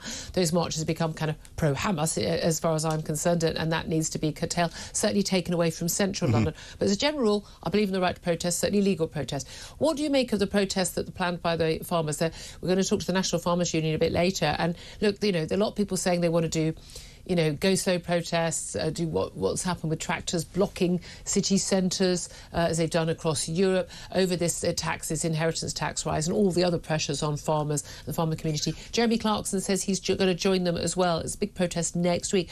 What would you support them doing? Well, I think they need to protest because I think the government doesn't realise, it just sees farmers with land and land equal cash, cash equal tax. Yeah. Instead of, if you don't have that land, you can't produce the food. And you're splitting it up whenever family farmers are being handed over at the end of someone dying is not a way of maintaining that business in the way it is. So there's a complete misunderstanding as to how farms are run from a business perspective. It's not a big cash pot. And I think when it comes to government policy, protesting against government policy that is affecting a fundamental business in the country, that's going to affect our economy, that's going to hurt everyone, is very different to a bunch of idiots who don't understand what they're doing, going out and doing their climate protest or their Just Stop Oil protest or anything else, who are damaging property for no effect, and there's no substance to the cause that they say they're representing. Also making demanding that the government will do X or Y. These are farmers pleading their cause, pointing out just how crucial they are to our economy. Yeah, so it's a fundamental right in our society to protest, and this, I'm sure, will be a legal protest, and if we get if the numbers come in that the farmers are hoping, it will disrupt, and because protests do disrupt. So I can remember, the full duty protests all those years ago, and they had a massive impact, didn't they? Yeah, and the council tax protests, and there have been so many over the years. It's there has to be a way of sending a strong political message to a new government whenever. Yeah, if we were French, we'd all have been on the street for the last 4 years, and there would have been things being sprayed all over the buildings by the farmers and everything else. Yes, indeed. Well, I'd love to hear your thoughts on the farmers' protests that are being planned. Do get in touch about that, 0344 499 1000. Also, lots of your calls and your messages coming in. Donald Trump warning Putin not to escalate the war in Ukraine. This is amid fears, or you may think hopes, that the US will cut back support for Kyiv. How should Britain respond? Let's get some of your texts and tweets coming in. Jess says we should follow suit. Too much of taxpayers' money has been wasted on this rubbish. She calls it rubbish. Oh, Philip Ingram's giving you a really filthy look, Jess. Mike says Britain's only response should be seeking a peaceful outcome. Paddy says Britain should mind its own business and concentrate on the problems in its own country that's going down the tubes because of giving away all taxpayers' hard-earned money out of Britain. That's what I think, he says. Nigel says Britain shouldn't be involved in these never-ending wars. If Starmer is smart, they would agree with Trump. This is unlikely. Kate says the UK giving money to Ukraine is right, but European countries buying Russian oil that enable Putin to fund this war is wrong. The only way to stop Putin is through continued military support for Ukraine. Well, let's go to your phone calls as well. 0344 499 1000. Steve is in Birmingham. Good morning to you, Steve. Hi, how you doing? Very well indeed. What do you want to say? Yeah, the whole reason this whole war started is because of like the Minsk agreement. I'm sure you've heard of it. Yeah. Yeah. So the Minsk agreement basically stated that NATO wouldn't keep progressing towards the Russians, but it did, and it did, and it did. So then Russia responded. That's the whole reason this is... Well, Russia, poor old Russia responded. I mean, by the way, also, there was a very, very clear deal which meant that Russia, along with Britain and other nations, were actually guarantors of the independent nation-state of Ukraine. So how did that work out? Well, that's nothing to do with it. If you got an agreement... No, it is. No, it is something to do with it. If you're a guarantor of a nation-state and then you invade it, so it's OK... I mean, the thing is, NATO wasn't expanded to Ukraine. Ukraine is an independent nation-state and is allowed to, its people, through democracy, are allowed to decide their own future. That's kind of how we do things. There was a buffer region which Ukraine was part of, and the other countries further back, Poland. Yeah, and then the Ukrainian people said, we'd like to have a better economic and political future. How dare they? You mean a coup instigated by the CIA? Like, it's been well documented. Steve, I'm afraid you're reading too much Russian propaganda on the internet. Not at all. Since I'm ex-Royal Navy, I don't believe in all the Russians and going after them and everything else. But what do you mean you don't? What does that mean? You don't believe in going after the Russians? What do you mean? What I mean is I don't believe in all their propaganda. But then I look at like what happened after. We went into Iraq and all the propaganda there telling us that was a righteous war and all that. Yeah. And then later on we find out it's all a load of nonsense. Like, there's propaganda... Well, I mean, to be fair... No, I mean, look, can I say, go back to Iraq. I mean, you know, the dossier there was a load of lies in that dossier and all mapped up, and Alistair Campbell, should hang his head in shame on that. However, we knew they had chemical weapons because we'd sold them to them. So we knew they did have them. So you think that dossier is the only time we've had propaganda? No, not at all. No, I'm fully aware post-lockdown how much we're lied to. I'm fully aware of that. But that doesn't mean I trust the Russians more. But listen, why do you think... So whatever you think the reason for the start of the war is, whether... OK, even if we accept your reasoning, that actually, Russia felt provoked and they were just protecting themselves and there was no... By the way, NATO is a defensive treaty. NATO's never attacked anyone, so I don't know why he would think that... And Ukraine isn't even part of NATO, so I don't even know why NATO's brought into it. Well, no, because you brought NATO in. You said because there was reneging on the Minsk agreement and Ukraine was being brought into NATO. No, you brought NATO... No, you literally were the first person to mention NATO. Honestly, Steve, even so, let's move on. Over the past hour or so. OK, even so, even if you feel that Russia somehow felt aggrieved and felt they had to invade, do you still think that Ukrainian people don't have a right to self-determination and a right to not have their children abducted and things like that? Again, this verification, that could just be propaganda again. That's verified. Why, Julia? Why would what's the motive for Russians abducting children? Because they take them and they indoctrinate them, and they know it's a way of having control over those people. They're taken away to these so-called summer camps, and this is really well documented by independent journalists. It's really well documented. When are we going to do anything about the Uyghur Muslims who are also suffering the same sort of thing? Oh, I think we should do something about the Uyghur Muslims, but apparently we don't care about them. We only care about Muslims in Gaza. Didn't you read the memo? Oh, well, 100%. We've got all these flag burnings in Britain of our own flag, but then we've got the flipping Gazan flag being flown all over the place. OK, but I want to come back to Ukraine. Do you think that we should walk away from Ukraine and Ukrainian people and just say, well, sorry, not our problem anymore? I think we should stop thousands and thousands of people dying every day. But isn't it the Ukrainian people's choice? It's not our people who are dying. Well, then if they want to carry on fighting it, let them fight it, but we shouldn't have to fund it. I don't know why my tax money is paying for other people to get killed. OK, Steve, I appreciate your call. Former Royal Navy man yourself. You've lived it, you know it. Stephen Birmingham, thank you for that. Before I go to another call, Philip Ingram's face has been a picture through that. What's your response to Steve? The different agreements that are in place, you're quoting one without knowing all of the detail and the complexities between them is in isolation. The Budapest Memorandum of 1991 was the one that gave security guarantees to the United States and Russia to Ukraine for giving up their nuclear weapons. Then you've got Minsk 1, Minsk 2, and there's a number of different agreements that are in there. NATO doesn't expand.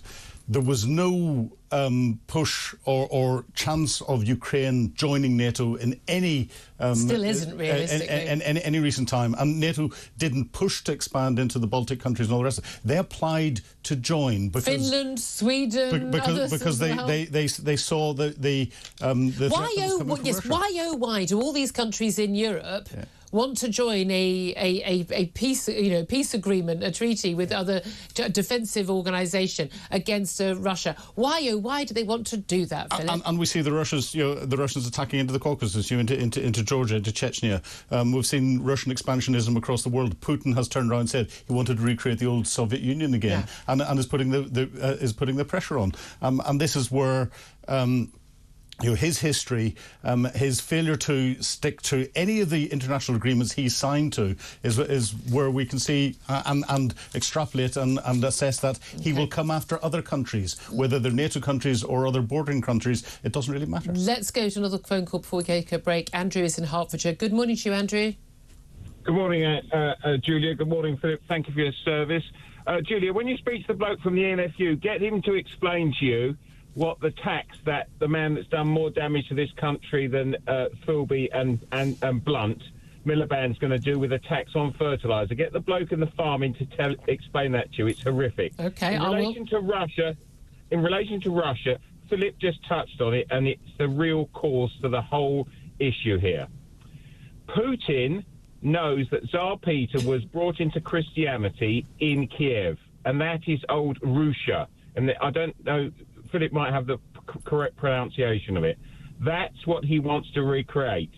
And whilst you are focused on the children that have been kidnapped, there's like many victims, but they went in there, Russian soldiers, and they used the number one tyrant's weapon, rape. They raped Ukrainian women. And that is why I believe Trump can turn round to Europe and say, you want a trade deal, you start spending 6% on your armies. And the same to us. You want something, Starmer, and that clown, Miliband's brother, you want a trade deal, spend 5% on your military. And that is our only hope. It's gone down. I hope it's down to 4%. I just don't think we've got any choice. I think we're living in cloud cuckoo land, thinking we're not going to end up doing it and spending it on the military in 5 years' time when the proverbial hits the fan. It's going to be a lot more expensive. Andrew, appreciate your call. Thank you very much indeed. 11:35 is the time. I'm going to take a break. Up next, we're going to be talking to Shadow Defence Minister Marc Francois, Conservative MP. Also, we are going to be talking, as Andrew just hinted at, to the National Farmers Union President, Tom Bradshaw. This is Talk.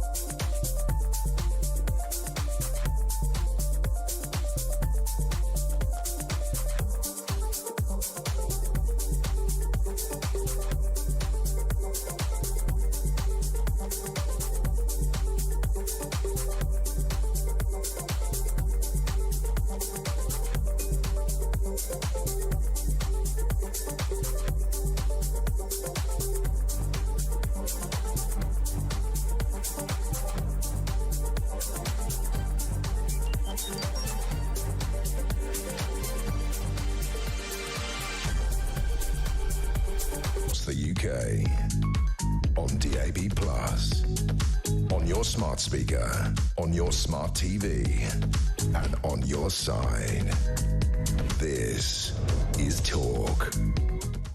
Good morning. This is Talk, the home of common sense. 11:38 is the time. Delighted to welcome Shadow Defence Minister Mark Francois, Conservative MP, to the show. Good morning to you, Mark. Good morning, Julia. Nice to be back on. Nice to speak to you. Nice to get you on. A long time no speak. Let's talk. I just want to get your thoughts in terms of the question we're asking our audience today about this talk about Donald Trump possibly pulling back from support for Zelensky in Ukraine, telling Putin not to escalate the war. But how should Britain respond? What should happen next? We should continue to support Ukraine just as we have done right the way through. If you remember when Ben Wallace was the Defence Secretary, prior to the Russian invasion in 2022, he fought the blob, the Whitehall establishment, to get those NLAWs, those modern-day bazookas, if you like, into Ukrainian hands and to train them how to use them. If Ben hadn't done that, it is quite likely that the Russians would be having lunch in Kyiv today. So we gave the Ukrainians a great deal of support. We trained over 30,000 Ukrainian soldiers on Salisbury Plain and elsewhere. They are fighting for our freedom too, Julia, because if we don't stop Vladimir Putin in Ukraine, we're going to have to stop him in the Baltic states. And if we don't stop him there, we're going to have to stop him in Poland. And by then, you're into something that begins to look like World War III. So it's very important that we defend the Ukrainians, because ultimately they're defending us and the same democratic values we share with them. Indeed, it's amazing actually how many of my callers see all over social media, people just saying, like, you know, it's a waste of our money. We've got a lot of problems here. We need to be spending our hard-earned taxes here, not in Ukraine. What do you say to that? Well, look, we just had remembrance. We just had the 2-minute silence on Armistice Day, barely half an hour ago. What does history teach us? History teaches us again and again that the appeasement of tyrants and dictators doesn't work. It's because we didn't spend enough money on defence in the 1930s.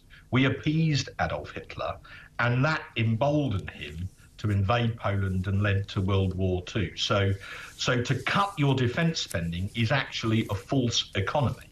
Now, we have a situation where Labour are talking about spending 2.5% of GDP on defence, which we would all welcome, but they keep refusing to put a date on that. Darren Jones, the Chief Secretary of the Treasury, yesterday on television, repeatedly refused to give a date. Now, if you don't put a date on it, the commitment is meaningless. So indeed. I have a lot of respect for John Healey, the Shadow Defence Secretary, but the more often the government and the defence team in the MOD say 2.5% and don't put a date with it, the more they start to sound like the little boy who cried wolf once too often, and people are less likely to believe them, crucially, including Vladimir Putin, but by the way, man we're supposed to deter. By the way, you know, you guys were in power for 14 years. Yes, OK, we'd had the economic crisis, and we had a banking crisis, and we had lockdown. Quite a few years in between, though. We didn't see defence spending at anything like that scale. Perhaps if we had, I would have thought the 2014 invasion of Crimea by Vladimir Putin might have been a little bit of a giveaway, sabre rattling by the Chinese as well. Middle East problems never gone away. It seems to me that, you know, the Tories are just as bad on this, and you know as well as I do. Julia, let me, if I may. No. 2.5% doesn't touch the size of what we should be spending. No, this is, if I may, this is really important. One, we started training Ukrainian soldiers after the 2014 invasion because you could tell what was going to come. And secondly, Rishi Sunak did commit to 2.5, and he did put a date on it. He said by 2030. Yeah, but too little, too late. Well, but Julia, once you put a date on it, you can plan, and then the MOD know how much money they've got to spend over that intervening period. The problem at the moment, and remember, we're trying to deter Putin from further adventurism, is that because we don't know what the date is, the defence budget, in effect, is completely up in the air, and Vladimir Putin's an ex-regular KGB colonel. He's not a Boy Scout. And Russians tend to admire strength and despise weakness. Yeah. And if we look weak because we won't commit to this, that is only likely to embolden him. Well, the Russian economy is spending 40% of government spending right now on the military. I'm not quite sure, 2.5% of GDP. I know government spending and GDP not the same thing, but even so, Well, I'm not sure it touches the sides of the need. Well, again... Listen, Mark, if we'd been invaded in February 2022, we would have run out of our own bullets within 3 days. That's how scaled back our military has been. And that happened under the Conservatives as well as under Labour. Julia, I was on the Defence Committee in the previous Parliament. We wrote that report and we were sounding a warning. And what happened was there was a great deal of lobbying behind the scenes. If you're prepared to take my word for it, we've known each other for years. And we managed to persuade Rishi Sunak to commit to 2.5, to replace a lot of the armaments and weapons that we gave to the Ukrainians, who've put them to good use. But then we said to Rishi, you've got to put a date on it, sir, otherwise the MOD can't plan. So after a lot of lobbying, people like Ben Wallace were involved in this and James the former Defence Secretary, team effort. Rishi did put a date on it. He said 2030, and that allowed to replace all those munitions we'd given to the Ukrainians, to replace the weapons we'd given to the Ukrainians, and to begin what you might call a process of rearmament. So that was already underway by the time that we came to the election. So your criticism that Labour's not continuing it. OK, I've only got a short time with you, so I just want to get to another issue, because, again, this is about safety of our borders as well, which is also a defence issue when you've got hordes of fighting-age men coming to our shores on those boats as illegal migrants.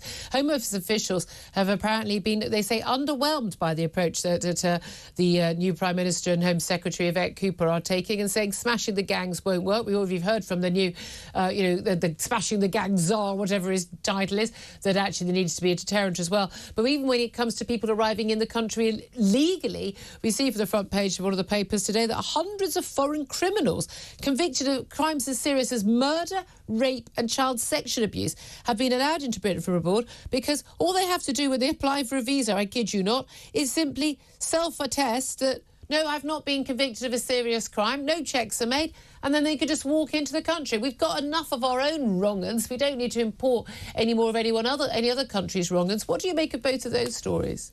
Well, Julia, you may remember that Labour put a retired general in charge of that whole border scenario.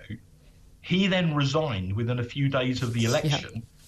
It is suggested because he was frustrated about the lack of a comprehensive Labour plan. We had a plan to address the boats issue, the Rwanda plan. Some people liked it, some people didn't, but it was one more plan than Labour have got. So Yvette Cooper keeps repeating this mantra, they're going to smash the gangs. Well, they haven't smashed them yet because they keep coming. And unfortunately, they've held summits and high-level talks. These are all gimmicks. None of that will stop the boats from coming. And unfortunately, Yvette Cooper has no plan at all, and that is now nakedly apparent, including to the people that keep coming. Yeah, absolutely. Mark Francois, Conservative MP, Shadow Defence Minister, really appreciate you joining us. Hope to speak to you again soon. Philip Ingram, just your reaction to that final story. Well, that final story, the new head of the Border Command that was appointed by the government turned around himself and said, I can't smash the gangs, there needs to be a deterrent. Yeah. So if he's saying it and the government isn't bringing a deterrent in, and we look at Italy, they brought a deterrent in. They're now the processing Prime Minister processing everyone in Albania. Anyone who comes in illegally is automatically deported to Albania to be processed. We're not allowed to do it because of the ECHR, apparently. They're part of the ECHR, they're able to do it. Well, exactly, and the rest of the EU are looking at that, including looking at taking over Rwanda. I think we should deport them all to France to be processed there. That would work for me. Maybe that's what Starmer's negotiating the sidelines of his little trip to Paris today. No, he's busy saying, oh, please let us back in the EU. He worships that blue and yellow flag. He worships it. Anyway, coming up, we're going to take a quick break, and then I'm delighted to say we're going to talk to the president of the National Farmers Union, Tom Bradshaw. They're very much in the news after those changes brought in the budget by Rachel Reeves that meant that farms were no longer exempt from inheritance tax, meaning loads of family farms, we're told up to 70%, could be affected and basically go out of business.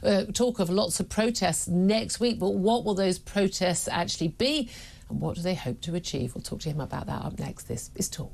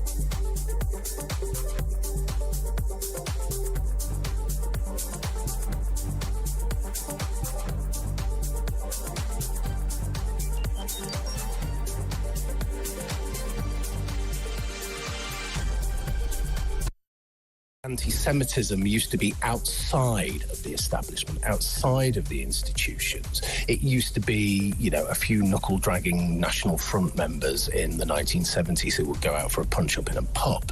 Now, I call them the Ponsonby Smides. Now it's privately educated young people who are cosplaying terrorism and using events like Remembrance Sunday and Remembrance Day as stages for their performativity.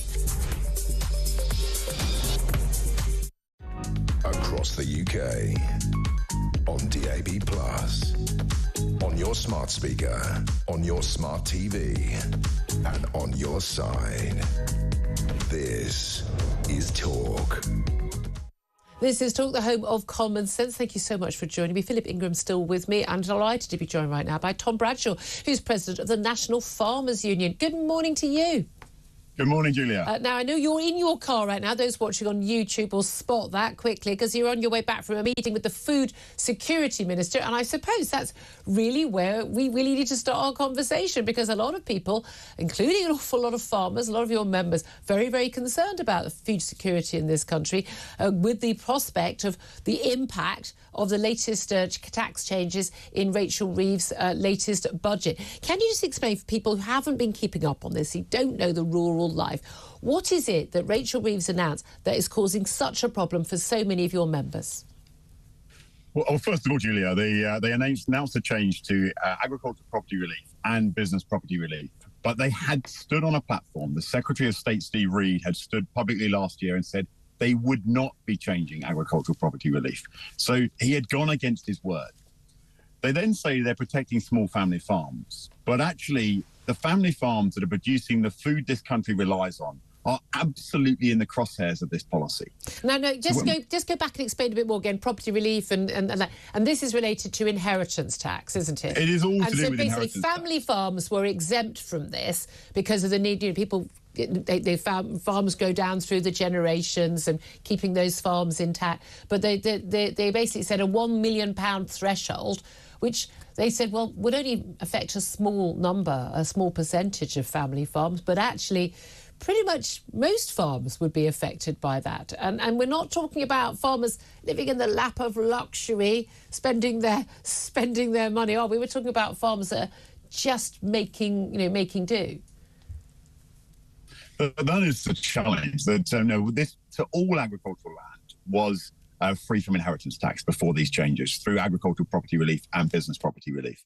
The margins that we make from food production are so small. Many farms have really, really struggled to make a profit. The reality is that over the recent decades, food inflation has not kept up with real terms inflation. Mm. And ultimately, that is the biggest challenge, that we're not making huge profits from producing people's food. It's absolutely wafer thin. Yeah. And suddenly we've been told, well, now you've got to pay inheritance tax. Now, there is a way for many people to plan through this. There is something called a 7-year gifting rule, which means that if you pass the farm down 7 years before you die, then there will be no inheritance tax. Now, in theory, that's great. But the reality is that you have to make sure that you don't need to draw from that business. You don't need any financial benefit from that business at all. And be sure you're not going to be hit by a bus in the meantime as well. Well, and our members haven't been saving their pensions. They've been reinvesting everything in their farm. Yeah. Because food security is about investing in our farms today to deliver food security for the future. But any spare cash now, if this change goes ahead, any spare cash has to go to saving for the future rather than being reinvested. Yeah, and again, that has a massive impact. And this is the thing, isn't it? There are so many people, townies like myself, perhaps lost touch with just how the work that is involved in producing food in this country. And also, again, the low profits. We expect our milk and our meat to be nice and cheap in the supermarket, but of course that's put pressure on you as well.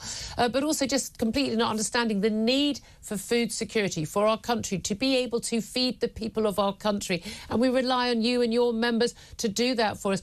I mean, there's no doubt at all there seems to be an awful lot of empathy and sympathy and support from the British public for farmers, feeling that you've been hard done by for a lot of time. And a lot of that's been driven, I think, by Jeremy Clarkson's series The Farm. I've mentioned this quite a few times on air, but I had no idea until I watched those series just how hard life was for so many farmers. He said he's going to join protests next week, and there's lots of talk about what you're going to do. What sort of protests are you looking at? Are we in Just Stop Oil territory, or are you going to keep it legal?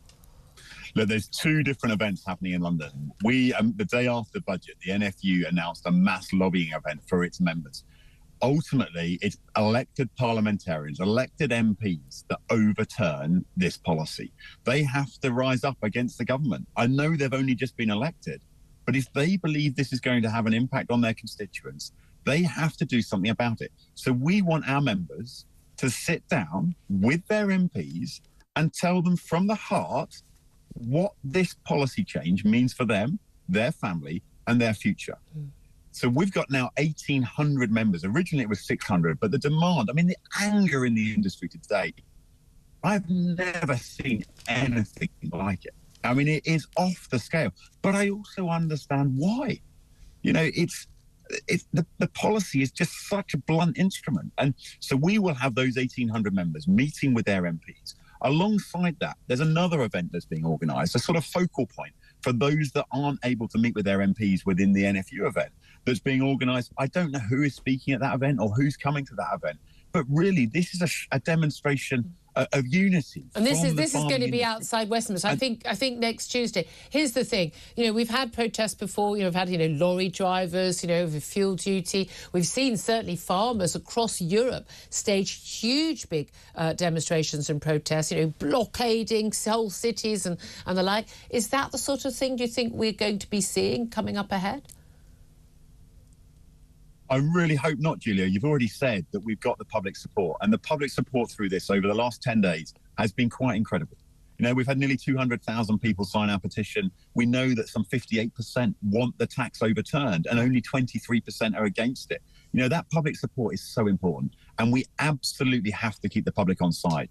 I just hope the government realise they've made a mistake, that they have got this wrong, and that they're willing to accept they hadn't recognised the unintended consequences, the human impacts of this. On Wednesday morning last week, the very best tax advice was to keep the asset until death. By Wednesday lunchtime, that had changed. Yeah. Now, some people don't have 7 years to plan, and I'm sorry, that human impact is not acceptable. And the government have to recognise they have massively got this wrong.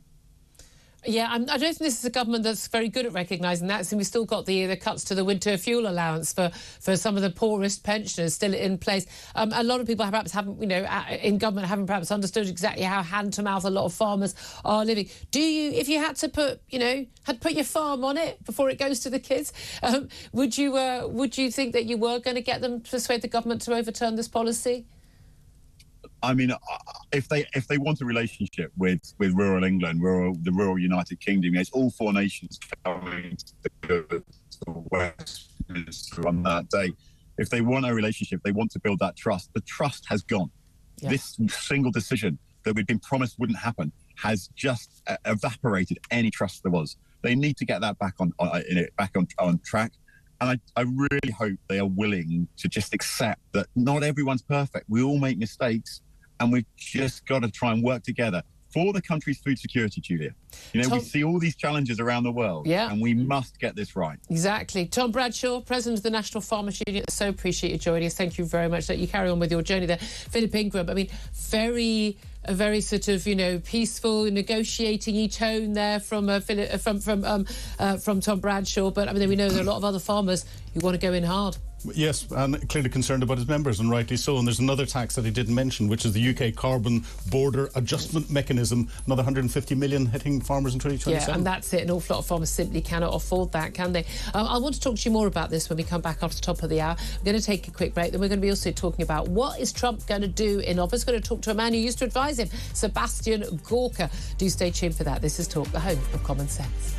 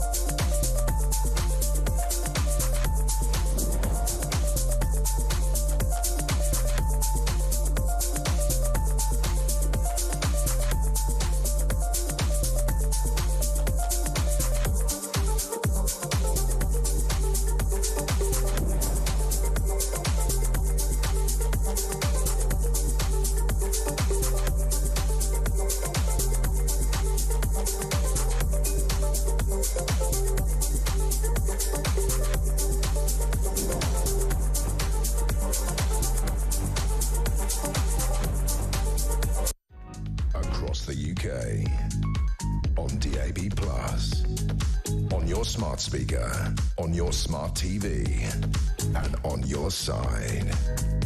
This is Talk.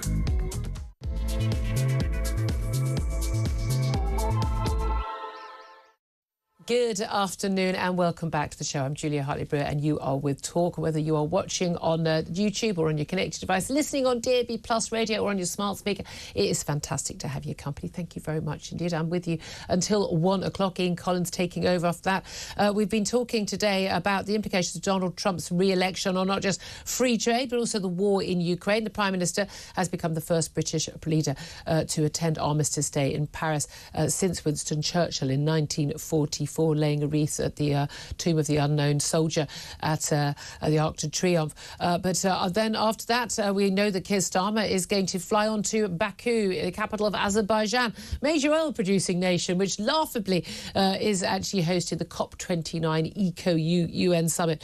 Keir Starmer is one of the very few world leaders bothering to turn up. He's insisting, though, that it is in Britain's strategic self-interest to become a much poorer nation. No, sorry, to push ahead with rapidly decarbonising the economy. Oh, they're exactly the same thing, aren't they? We're also talking and getting a lot of your calls and messages in about Ukraine, as we're told that Donald Trump has issued a stern warning to Vladimir Putin not to escalate the war in Ukraine and reminded him of America's sizable military presence in Europe. I'm asking you today, though, what should Britain do in response? If America does, as many expect, pull out of military backing for Ukraine, what should the West do? What should Britain do? What should European leaders do? Would you believe it was a good thing or a bad thing if the US cut back support for Kiev? Is it a war we should try and push for to end, or is it a war that we need Kiev to win? I'd love to hear your thoughts. Give us a call. 0344 499 1000 is the number to call. You can text on 87222. You can get in touch on X at Talk TV. Calls are charged at the national rate. Text cost one standard network rate message. Also, before the top of the hour, we're also going to be talking to our royal correspondent Rupert Bell about Prince Andrew facing calls to reveal who is the secret source of funding, which dodgy millionaire or billionaire who's funded him before is bankrolling him staying at the 30-room Royal Lodge in Windsor. And also, what did the Queen say about Boris Johnson, as reported in my colleague Tim Shipman's new book. This is Talk. Welcome to the Home of Common Sense. Welcome also once again to Philip Ingram, former Senior Military Intelligence Officer. Thank you once again for joining us today. If you're just tuning in, looking at us on YouTube, you will see that he is wearing an array of medals on his chest underneath his poppy. This, of course, on Armistice Day, when we thank not just our fallen heroes, but our live heroes for their service. So thank you once again for your service to our nation. Before we talk more about what's going on in Ukraine, also what's going on in America, we've got a former advisor to Donald Trump to tell us what he thinks is going to happen. What do you think is going to happen with the National Farmers Union? We just spoke a few moments ago to the president of the National Farmers Union, Tom Bradshaw. Terribly affable man, very much leaving the route to negotiation open, not sort of sabre-rattling at all. Basically, look, all governments make mistakes, we all make mistakes. And this is about trying to persuade the government with lots of meetings with backbenchers, but also there are going to be protests organised elsewhere by rather more angry farmers about the decision to end end the situation where farms were basically not forced to pay inheritance tax when farms were handed down from family generation to family generation. This, they say, is going to have a massive impact on our farming, and it actually impacts something like 7 out of 10 of all the goods that we have home produced in this country on land in Britain. And it's going to have massive implications for our sustainability, for our food security. What do you think should happen? I think the government needs to take a long, hard look at this policy and look at whether they want to have food security in this country or cause complete chaos. What would you think was justified by farmers to do? Because there's no doubt at all, Tom Bradshaw, they're looking at, persuasion as their tactic right now. Other farmers are looking at getting rather more feisty. Yeah. I think like any blockades, any protest in a democracy, it has to be a peaceful protest. Does it have to be within the law? It must be within the law. But blockading ports, blockading Bandy, then I suppose, would that be within the law if you just park your tractor? Well, again, I mean, tractors slowly driving around Westminster. And we've seen your fuel depots blockaded beforehand in similar sorts of ways. So exactly where the line of the law is, I'm not a lawyer, so I can't comment on that. But the lawyers wouldn't agree either. But I think what the farmers must make sure that they don't do is go all out from the very beginning. They need to be able to escalate and de-escalate what they're doing, and hopefully the government will see sense. Keep government support with them. And persuade them. And it's not just farmers who are landowners, it's also tenant farmers this is affecting as well. But also the key thing is about with farming, this is about the food we eat. Okay, we can import it. Well, yeah, how'd that work out during lockdown when actually it was really hard and when an awful lot of the container ships, weren't operating out of China? And what happens when you have a Ukraine war and you can't get access to fertiliser and to grain?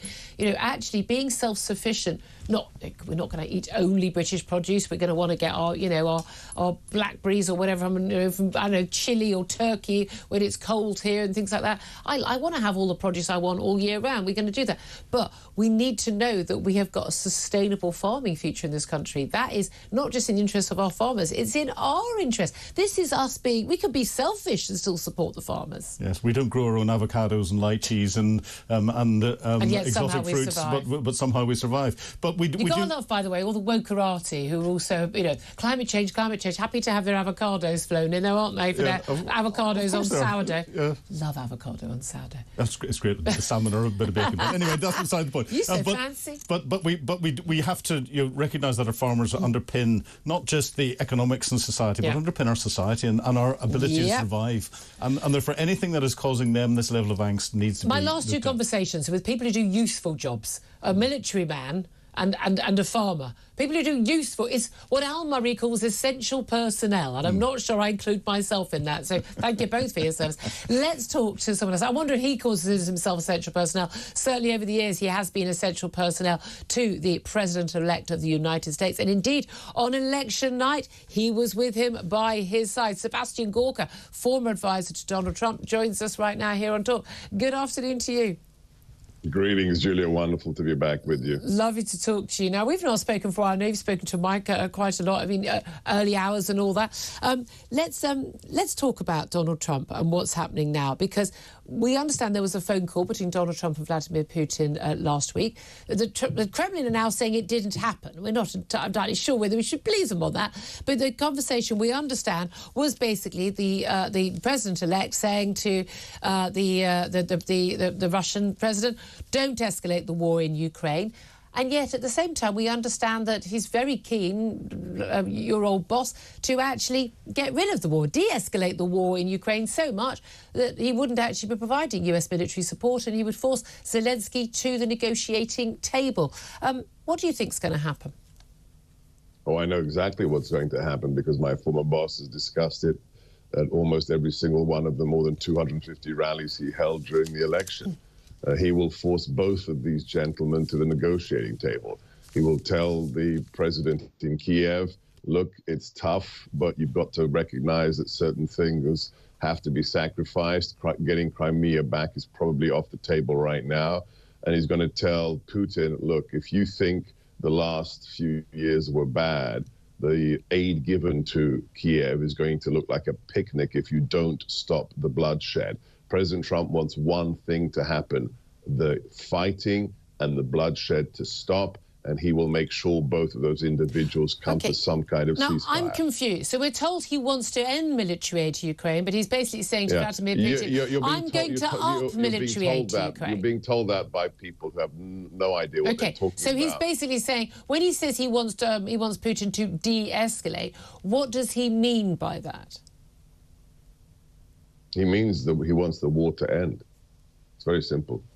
And when you say the war ending, he means Vladimir Putin withdrawing. What would he, from your conversations with him and what he said on the stump, what would he regard and his aides, who were likely to join him in the West Wing in the White House, what would they regard as a fair and reasonable settlement? So Crimea. Russians get to keep Crimea. They've had it since 2014. What about all these cities in the Donbass region? What about the children? Not appropriate. I'm not going to discuss those right now. It's absolutely inappropriate for me to discuss. I'm not going to give away the president's potential negotiating chips. I mean, this is horrific. We have main warfare with tanks, with rockets, with artillery happening in Europe, which only happened because President Trump wasn't in the White House. So why he will end it. But why did it only happen because Trump wasn't in the White House? Because Putin was afraid of him. I mean, look. When was Crimea taken? Crimea was taken under Obama. When was the Donbass taken? Under Biden. This is why we re-elected him. For 4 years, we had no new wars. Okay, remind me what Donald Trump did about freeing Crimea from Russian control during his time in office. What do you mean? That's not his job. He's not the president of Ukraine. He's the leader of the free world. Let me tell you what he did, all right? Because that question is just so stupid. We're not interventionists. We're not interventionists. When you say we, you mean the Republicans, the Trumpists? The America First platform. So here's a story. And this is declassified now. When we were in the White House, we informed the president that there are 300 Wagner Group mercenaries working for Putin, running around the Middle East, destabilizing it and threatening our troops. He said, what? He said, kill them and kill them all. In the Battle of Kasham, within 4 hours, 300 Russians working for Vladimir Putin were turned into red mist, right? Never happened before. Since the October Revolution of 1917, not even the great Ronald Reagan killed 300 Russian troops in one day. What was Vladimir Putin's response? Nothing. He crapped his pants. He didn't even hold a press conference. That's why there were no wars. Right, I probably need to apologise for that language. Apologies for that language. But I think. Okay, can we not say it again? Just do me a favour and not say it. Okay, you make your point there. So you can say, look, Donald Trump is going to be a strong man. He's going to talk tough, and at the end of the day, you've got the military might, the economic might in America to basically twist the arm of Vladimir Putin, and he will walk away from Ukraine, but he'll want to take some part of Ukraine. I just want to know, just finally on that issue, because lots more I want to talk to you about. Realistically, if America was invaded by, let's say Putin or China, or I don't know, the Mexicans or the Canadians in a different, or the British, the British. We're going back history. Which territory in America would you be willing to give up? You're being asked, this is really puerile. It's not puerile. It's totally and utterly puerile. Do you want the children to stop being bombed in hospitals, Julia? Or do you want to talk about stupid theoretical, if America were invaded? But it's not stupid and theoretical. It's not analogous. Because the Ukrainian people are fighting to protect their territory. Do you want the bombing to continue? Do you want to have the bombing continue, Julia? Or do you want it to stop?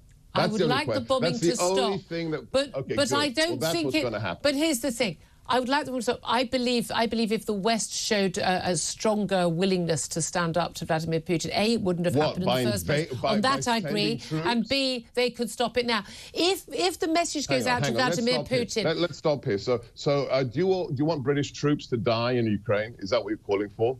I'm not calling for that, but I can see... Well, then don't make up silly scenarios. But if Vladimir Putin invaded any NATO state on his border...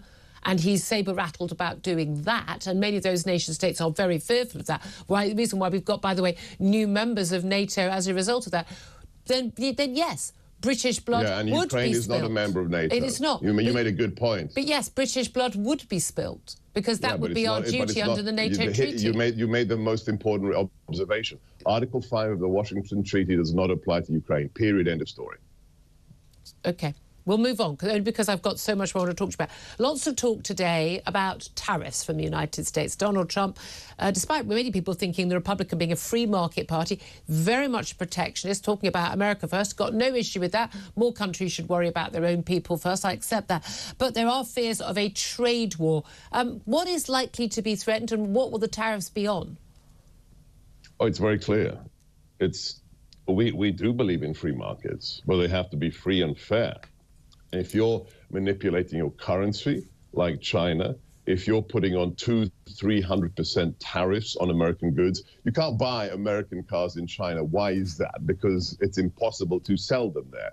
If that is what you are doing, if there is an unfair distortion of market conditions, then it's going to be tit for tat, and the president is going to make sure that American jobs are not only protected, but that American jobs are brought back to the US from Mexico, from China and elsewhere. That's what it means. It means the American worker will be protected at the cost of those nations who do not believe in free markets that are fair. OK. I mean, certainly we did see that under his first presidency, and very popular as well, indeed encouraging with tax breaks American companies to sort of offshoring their work and their hiring of workers and bringing it back to America. And I think that's something a lot of people probably welcome here. What is UK likely to face? Because we know, you know, back when Trump was in office last time round, a lot of hopes there might be a trade deal between the UK and the US. You're our biggest trading partner here in the UK. Any chance of a trade deal, or are we likely to face some of those tariffs as well? Absolutely. I mean, as I've said on, you know, frequent occasions, the UK has a very special place in the president's heart for familial reasons, history, etc. But whatever happens, Lammy has to apologize first. Lammy can't just brush off, like, as he just did, oh, that was a few years ago. You can't call the man chosen by 74 million Americans last Tuesday a neo-Nazi sympathizer sociopath and expect relations between 10 Downing Street and the White House to be copacetic. I mean, that is inexcusable. Either he has to be fired or he has to apologize before January the 20th in the inauguration for there to be decent relations between our two great nations. We understand that Donald Trump had a dinner with Keir Starmer and David Lammy, our Foreign Secretary, just a few months ago, and apparently all convivial. Are you saying that Donald Trump has David Lammy not apologised yet, and is Donald Trump requiring a public apology? Why would I say what I just said if he had? Fair point. Fair point. Do you think you're going to get that apology?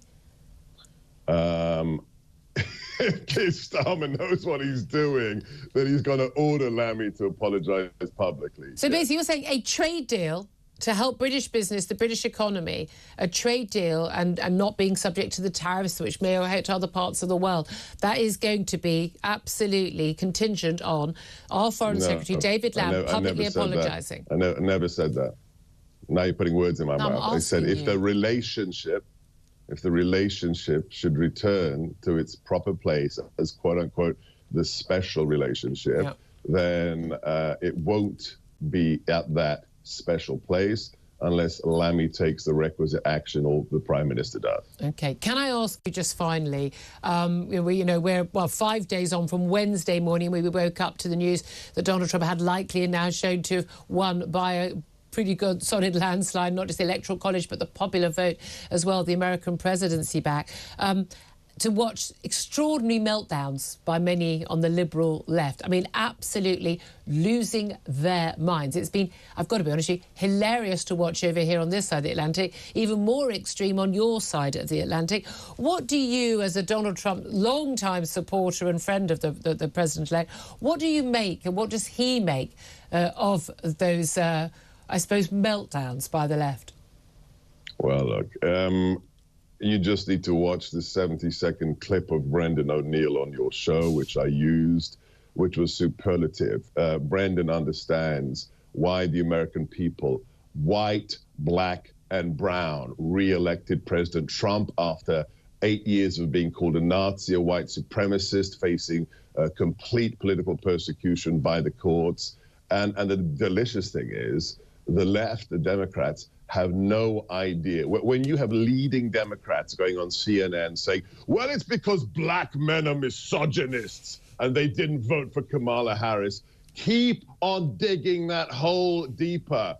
People want one thing, to be able to provide for their families to be safe, and to be allowed to be proud to be Americans, whether they're brown, whether they're white, whether they came as legal immigrants, as I did, or whether they were born here. The left has no capacity to understand what we did on Tuesday night, not only the Electoral College, but also the popular vote. The fact that that clip from CNN, when Jake Tapper goes, what do you mean?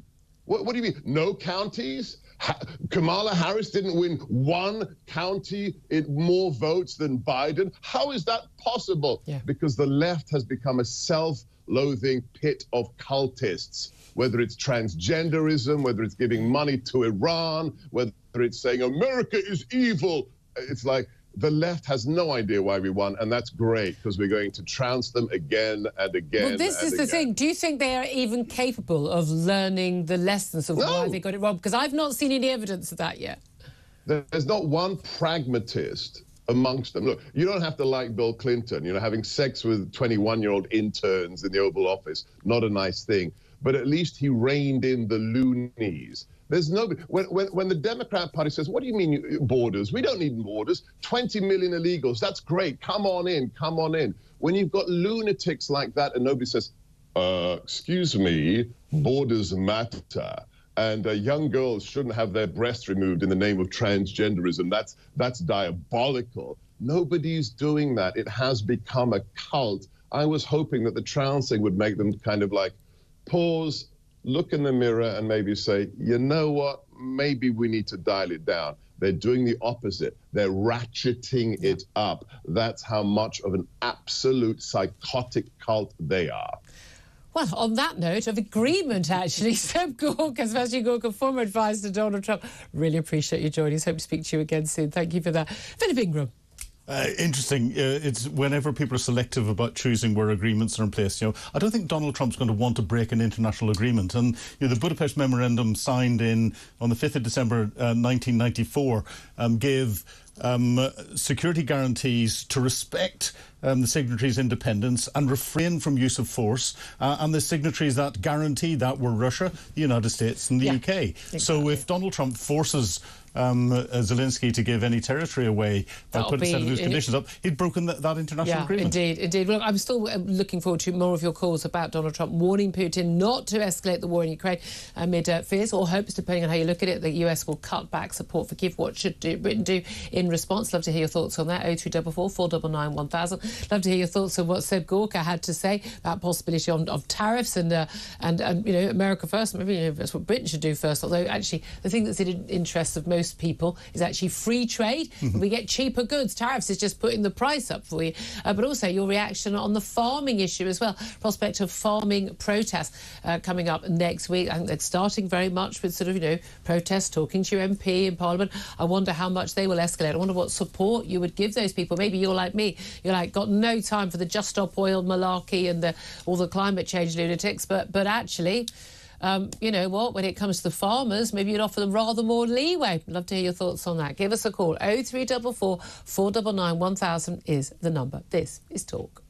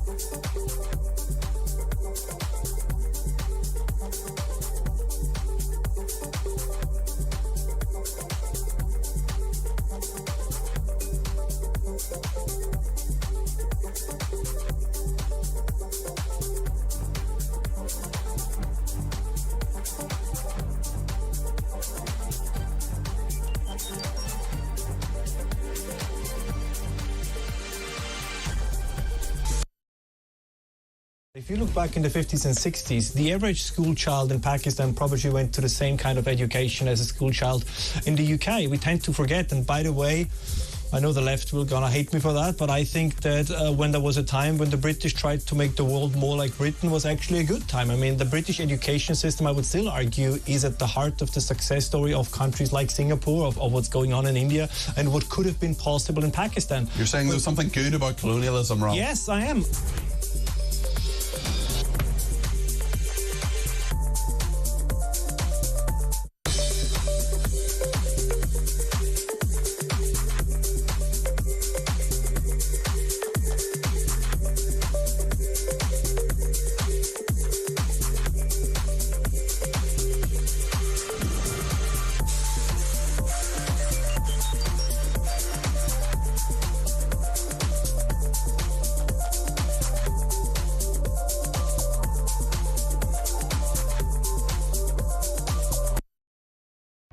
Across the UK, on DAB+, on your smart speaker, on your smart TV, and on your side. This is Talk. This is Talk, the home of common sense, with me, Julia Hartley-Brewer. Welcome back. Thank you very much indeed for joining me. Coming up in the next half hour, we are going to be talking to our favourite, Ralph Scholhammer. Our favourite Viennese professor, Ralph Scholhammer. We're going to be talking about the lunacy of COP29 in Azerbaijan. And we're also going to be talking to our royal correspondent, Rupert Bell, about the latest on the royals. Who is bankrolling Prince Andrew, and what did the Queen say about Boris Johnson? That's all coming up. Philip Ingram is still with me, former senior military intelligence officer, adorned with his very rightly deserved medals. We're asking about Ukraine today. Also, we've talked about too much in recent weeks, but Donald Trump has warned Putin not to escalate the war in Ukraine amid fears, or you might think hopes, that the US will cut back support for Kyiv. I want to know, how should Britain respond? Belinda has got in touch by text and says, I think if the West really wanted Ukraine to win, then we would have given them our full support from day one. All we've done is drip feed them support. It's quite cruel when you think about it, she says. Richard says, stay out of the whole matter, secure our own borders and stop the boats now. Josh says the UK government should spend the taxpayers' money on improving British citizens' life standards. And Amber says this is a NATO-induced war. Why should our pensioners pay for NATO not following Russia's warning not to encroach on the border? NATO weren't in Ukraine, aren't in Ukraine. I don't know why people think this. NATO is a defensive pact. The only reason people join NATO is so they don't get invaded by Russia. Oh, and look what happens to the country that's not part of NATO. I wonder if that was a lesson for everyone else. Oh, hello, Sweden and Finland. Thank you for joining. It pains me, this, it does. Arthur says we cannot stop the small boats on the Channel, which the French turned a blind eye to. Let Europe take responsibility for stopping Putin, as they're not helping the UK stop the irregular flow of migrants. I hate to tell you, we are part of Europe. We left the EU, not Europe. We've not been dragged over to the middle of the Atlantic Ocean or all the way round to the Pacific. We are part of Europe. Let's go to the phone line. So 0344 499 1000 is the number. Ricky is in London. Hello, Ricky. Hello, Julia. Lovely to speak to you. Lovely to speak to you. What do you want to say? Right, I'm a great admirer of yours, Julia. You have oodles of common sense. There's a but. There's a but. I always know when there's a but coming. Yeah, Sebastian Gorka, absolutely stunning interview. This analogy you keep making is saying, what would Britain do? What would Britain do how much would Britain give up if Russia invaded Britain? All that? That's fine, but the trouble is what they have to deal with is the here and now. Trump being in power, I think Alex Phillips said previously, we would have put when Russia was amassing troops on the border. In an ideal world, we would have put a defensive force there. There would never have been any war because Russia wouldn't have invaded. If we'd put a defensive force there, then Russia would have said that was basically a provocation. No, it wouldn't be, because you just say to Russia, basically, we're a defensive force only. We will never attack you unless you step one foot into Ukraine. The trouble is, America, they have to deal with the here and now, and basically what Sebastian Gorka was saying was right. To end the bloodshed, he would. Trump don't fear Putin. He was basically saying to him, what you're seeing now would be a picnic compared to what we're capable of. We will give you Ukraine the weaponry Yeah, and I listen, I don't really mind if that were the stance, actually. Ricky, thank you so much for joining us. I mean, that is actually, isn't it, Philip Unger, more of a sort of, it's not just, look, I'm going to force you both to the table. If it is the case that Donald Trump has said, look, get to the table, otherwise the heat's going to go on you. The reality is that the US military could trounce Russian military now. Yeah, Trump will put pressure on both sides. Zelensky doesn't want, and I don't think should be forced to give up anything, but I don't think Putin is in a position where he will give anything up, including what he's taken in the Donbass. And everyone's got to come out of it feeling they've met. Putin especially has got to feel he's got to win. But I think Putin will double down, and this is where I think Trump might then turn around and do as he said and help the Ukrainians unleash hell against Russia and force them into some form of negotiating position. Well, we shall see. But again, people say, "Oh, don't you want more?"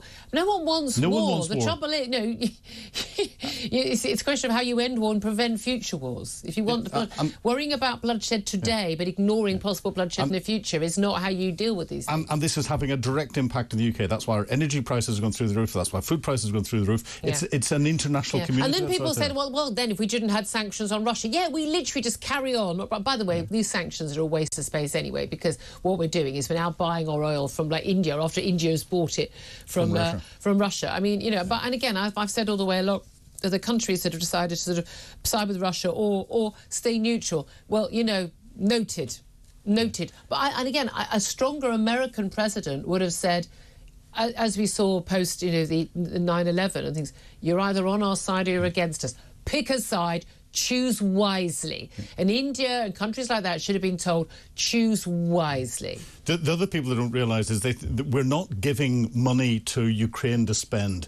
We're not building palaces and buying private jets. What we're giving to Ukraine in value terms is being spent in British industry. So it's increasing the the tax revenue coming into the exchequer. It's increasing the number of jobs that are going through British industry. Yes, it's defence industry, but it is being invested in the UK. Yeah. British money in the UK. This is what Jeff says. He says it's got nothing to do with us. The US and Ukraine provoked Russia into this war. So wrong.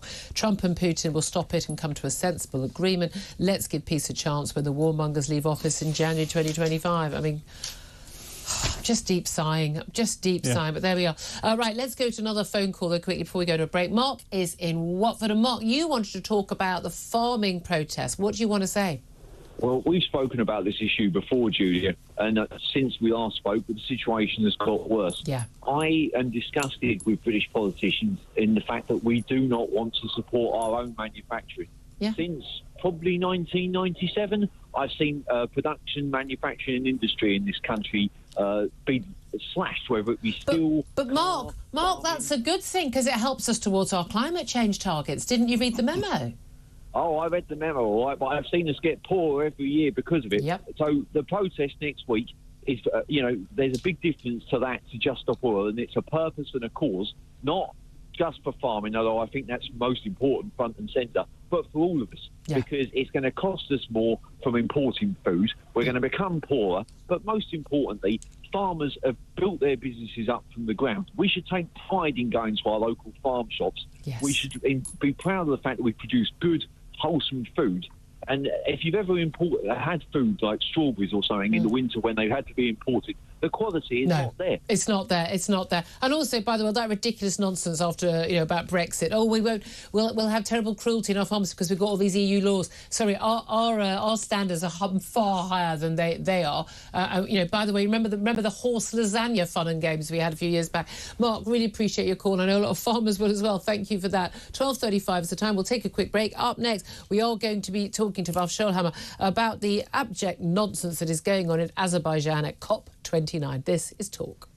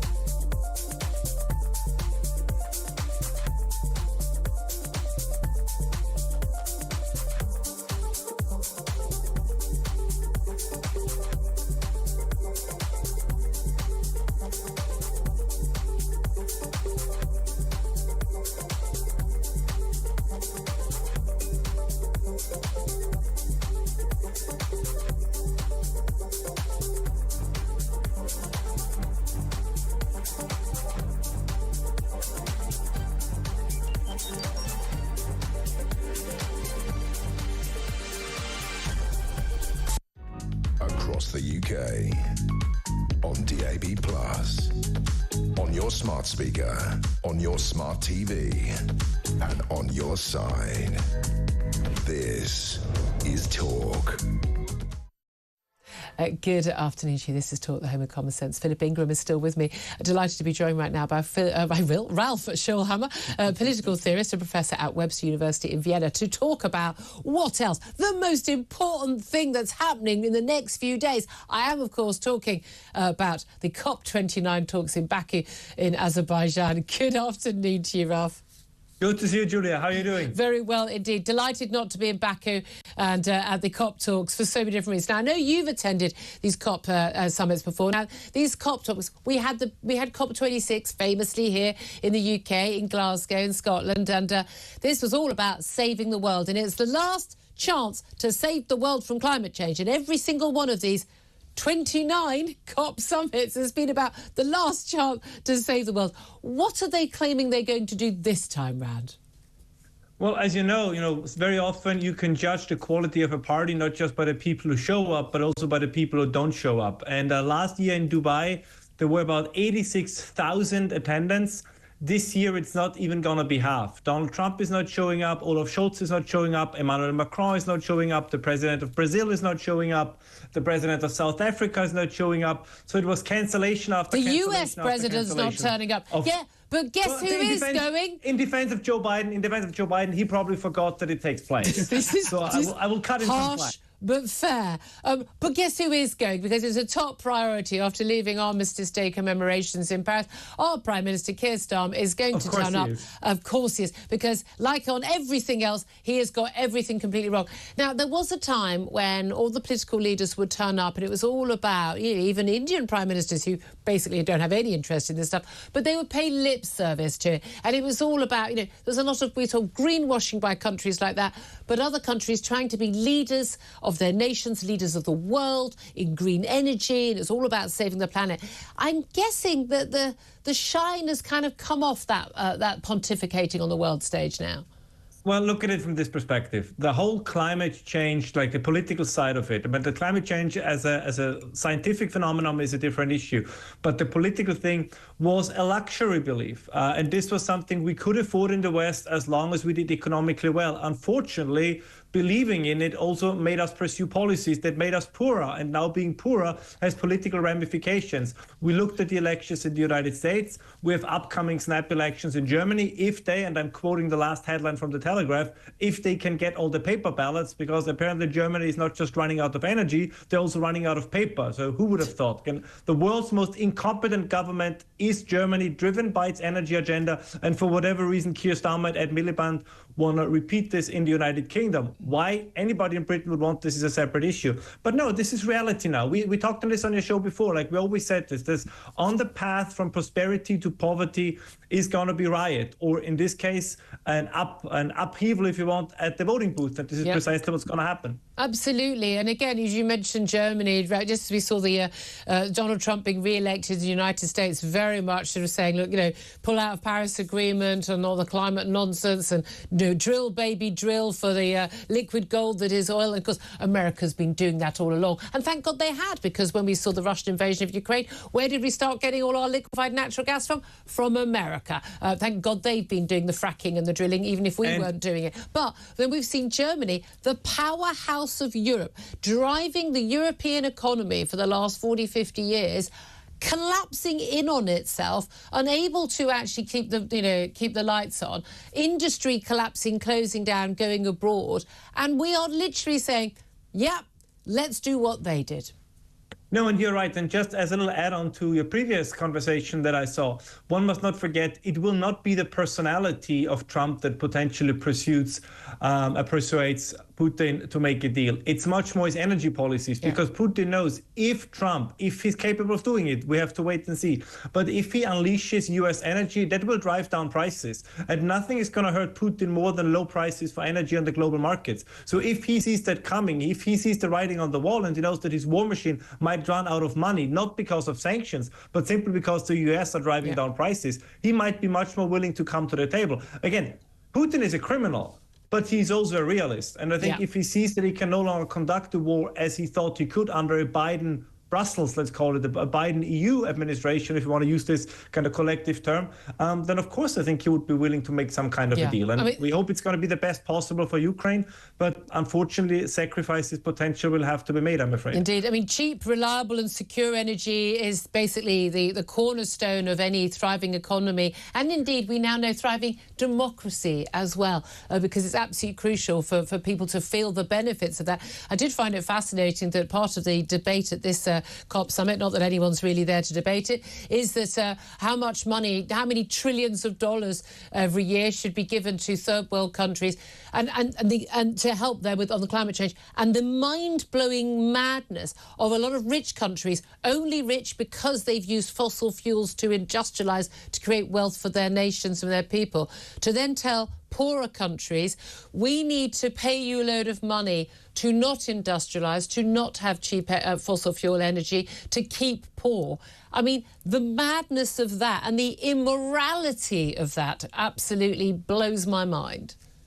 No, it's true. And the promise that is always made is that they can leapfrog, right? The idea is, oh, don't worry, like Africa doesn't need coal and gas because they will leapfrog towards wind and solar. But if you look at what's going on in the UK, and I'm very worried about this, I recently saw that you were celebrating in your country the shutting down of the last coal power plant. Now, I understand, I have my issues with coal as well, but if you want to be ahead in the artificial intelligence game, you need to have a competitive advantage in electricity production. And that means that every single power plant has a role to play. And yes, that will potentially involve coal. I know it's not my certainly as a backup. And I'd like to point out that Britain's wind generation is set to plummet virtually zero this week, because Ed Miliband, our energy secretary, presses ahead with plans to increase our reliance on renewable energy. We've seen 0 hours of sunshine across most of the UK so far this month, and the first part of this week will have such light winds fitting even more lows, and basically we're having to import our energy from abroad.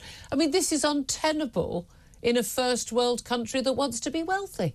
No, it's untenable, and we have the numbers. I know I don't have to go into too many of the details, but the point is very simple, that it's not just about replacing existing energy sources, because demand for energy is going up. Yeah. So we need to keep pace with increasing demand. And if you don't do this, you run into trouble. And we see this in continental Europe. I mean, just to remind all your viewers, we have lost the connection to pretty much all future major industries. We lost heavy industry. We're going to lose the battle for AI. We lose the battle for advanced technologies. We lose the battle for semiconductors, because without reliable energy, you can't do any of those things. And I can only implore the British, don't follow us down this rabbit hole. I'm sure that we have elections in Germany next year.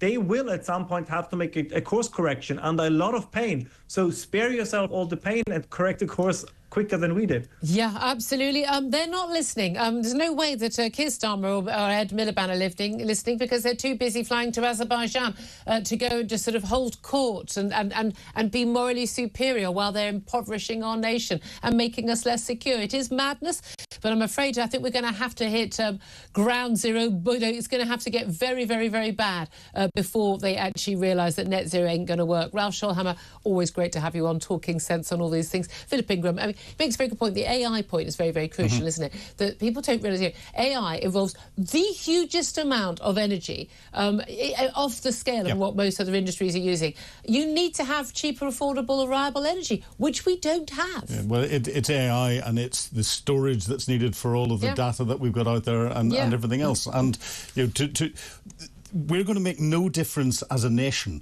So unless you can get the international collective community to reduce their energy needs... To all be poorer. To all be poorer. That's what you're asking. Well, to all be poorer, but to work together, then there's no point in doing it. I'd like to say once again, fossil fuels are the reason why we're able to actually deliver the Industrial Revolution, not just to Britain, but to the world. And once again, I say to the world, you are welcome. 12:48 is the time. This is Talk. Up next, going to talk about the royals. What did the Queen say, the late Queen say, about Boris Johnson, and who on earth is bankrolling Prince Andrew? This is Talk, the home of common sense.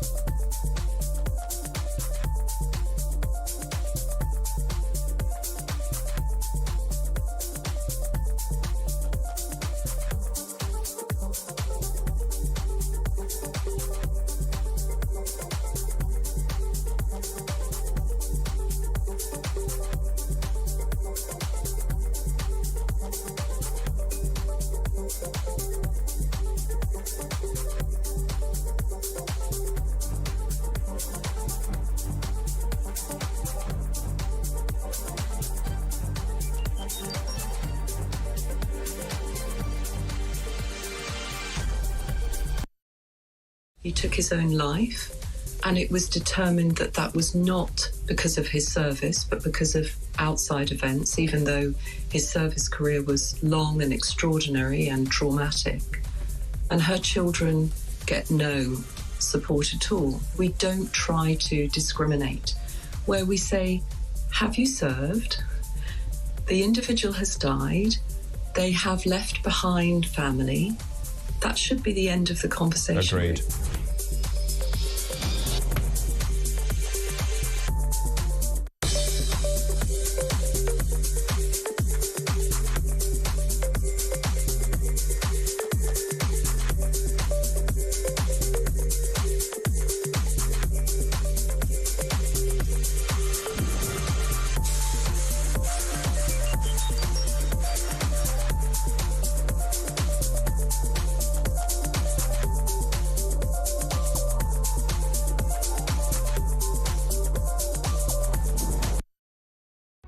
Across the UK, on DAB+, on your smart speaker, on your smart TV, and on your side. This is Talk. This is Talk, the home of common sense, with me, Julia Hartley-Brewer. Ian Collins will be here in just a few moments. Still with me, of course, Philip Ingram, former senior military intelligence officer with his wonderful array of medals just beneath his poppy on Armistice Day. Let's talk right now about the royals. Of course, we've seen a lot of royals over the last couple of days. Remembrance Sunday service. We finally saw Kate making an appearance. Sadly, the Queen unable to make it due to a chest infection. But let's talk to Rupert Bell, Talk's royal correspondent, about more royal stories in the news. Good afternoon to you, Rupert. Good afternoon, Julia. Thank you so much for joining us. Well, I mean, a lot of people very happy to see Kate again after all her cancer treatment this last year. She's only made a few public appearances, standing at the Foreign Office balcony overlooking the Remembrance Day service, a very important part of the royal commitments over the year and their engagements over the year. Today has been actually about Keir Starmer over in Paris at Armistice Day, but a lot of the focus now is very much on other royals in the news, particularly Prince Andrew. Mail on Sunday focusing on how on earth he's able to keep staying in that 30-room or 30-bedroomed royal lodge in Windsor. Either way, a sodding big house, which costs a fortune to keep the upkeep, not just the rent, but the upkeep as well. Suddenly, despite having apparently no money, he's suddenly got the money to be able to stay in that lodge. It's been signed off by the King's sort of money people. Where has that money come from? Well, that's, I think, a question that a lot of people will be asking, because he's been going around pleading poverty a bit. And so suddenly he must have called on some of his friends. Now, the people looking at his money have said it's all above board. So if he says he can afford it, and he's proved, shown the funds are there, but this 55-year-old lease on this 30-room mansion is also a complicated one, because he has to maintain it in the style to which he found it. And it needs a lot of upkeep. And old buildings cost a lot for the upkeep, don't they, as well? But you mentioned for his friends, but I mean, we know last time he needed some money to help Fergie, his Duchess of Sarah Ferguson, out of some financial difficulties. He went to Jeffrey Epstein, his friendly paedophile friend, to ask him for some money. By the way, after he was convicted of child sex trafficking, extraordinarily. He's got some very questionable friends, many, should we say, overseas business people, and others. I mean, is there not any duty of care within the royals to say, well, yes, you've got the funds, but where did they come from, and are they from a suitable person to be bankrolling a British royal? Well, you'd hope that they've done exactly that, a sort of due diligence on his funds, because he's also got to pay for his security, because he's outside the Windsor Castle bubble. So this is not going to be cheap for him to maintain there. And I suppose a lot of people still head-scratching, why does he need to still live there when he could go for the easy option of basically downsizing into Frogmore Cottage? But if it's been checked out that this is all above board, then in a sense the King is powerless to boot him out, because he has this 55-year-old lease in the house, on the house. We also know that Prince Charles is quite happy to take money from some questionable sources, carrier bags full of cash from a Qatari politician. that's not a problem for him. I think there were Harrods plastic bags, weren't they? The huge bag containing a load, millions in, well, 500,000 or something in euros was handed to the King Charles when he was prince to give to his charity, one of his charities. But nevertheless, the royals perhaps quite happy to keep in with anyone, let's be honest, who can shower them with cash. Well, unfortunately, the royals do have a habit of people wanting to be associated with them.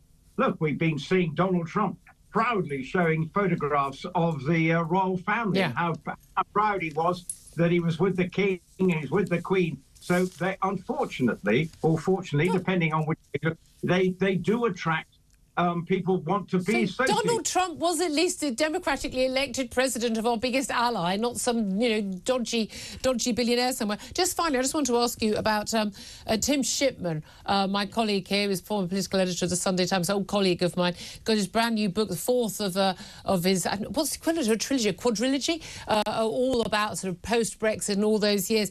And in his new book, he has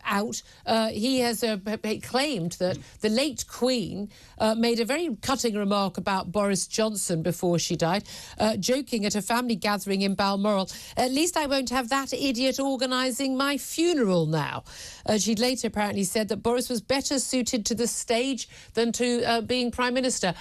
First of all, do you think that's the sort of thing she would have said? And do you think, secondly, whether she actually said it? I think she's always had a twinkle in her eye, so she could have. But let's be quite clear, Boris was not organising the funeral. That was exactly done. So in a way, I think you have to say this might have been a little after-dinner conversation, because I'm sure a lot of people probably shared that view about Boris Johnson. So therefore, for the Queen, with her twinkle, but in terms of her actually, Boris organising the funeral, no, that has been taken care of. That is long organised, isn't it? Really good to talk to you, Rupert Bell, Talks Royal correspondent. Thank you very much indeed. Philip Ingram. Now, we know royal funerals are organised, for decades in advance, constantly upgraded, rehearsed for. We saw, the Queen's funeral was a magnificent tribute to her life and representing our country. So we know that that's not the case. But at that sort of quip, do you think the Queen would have said that? Oh, she definitely had a twinkle in her eye. So it's something she could have said. But I think everyone said she was rather funny. The sort of thing she'd say. I think it's been deliberately misquoted in a way. She might have said something the same area. She actually chaired the committee to organise her own funeral. Yeah. So she sat and did that. And maybe Prince Andrew's gone to Lord Ali to get his... Indeed. What do you think about Prince Andrew and whoever is funding him? Well, maybe he went to Lord Ali because the government seems to have gone there. Lord Ali. Again, I'd love to... look at me. Clearly, I need new clothes. Ian Collins is here.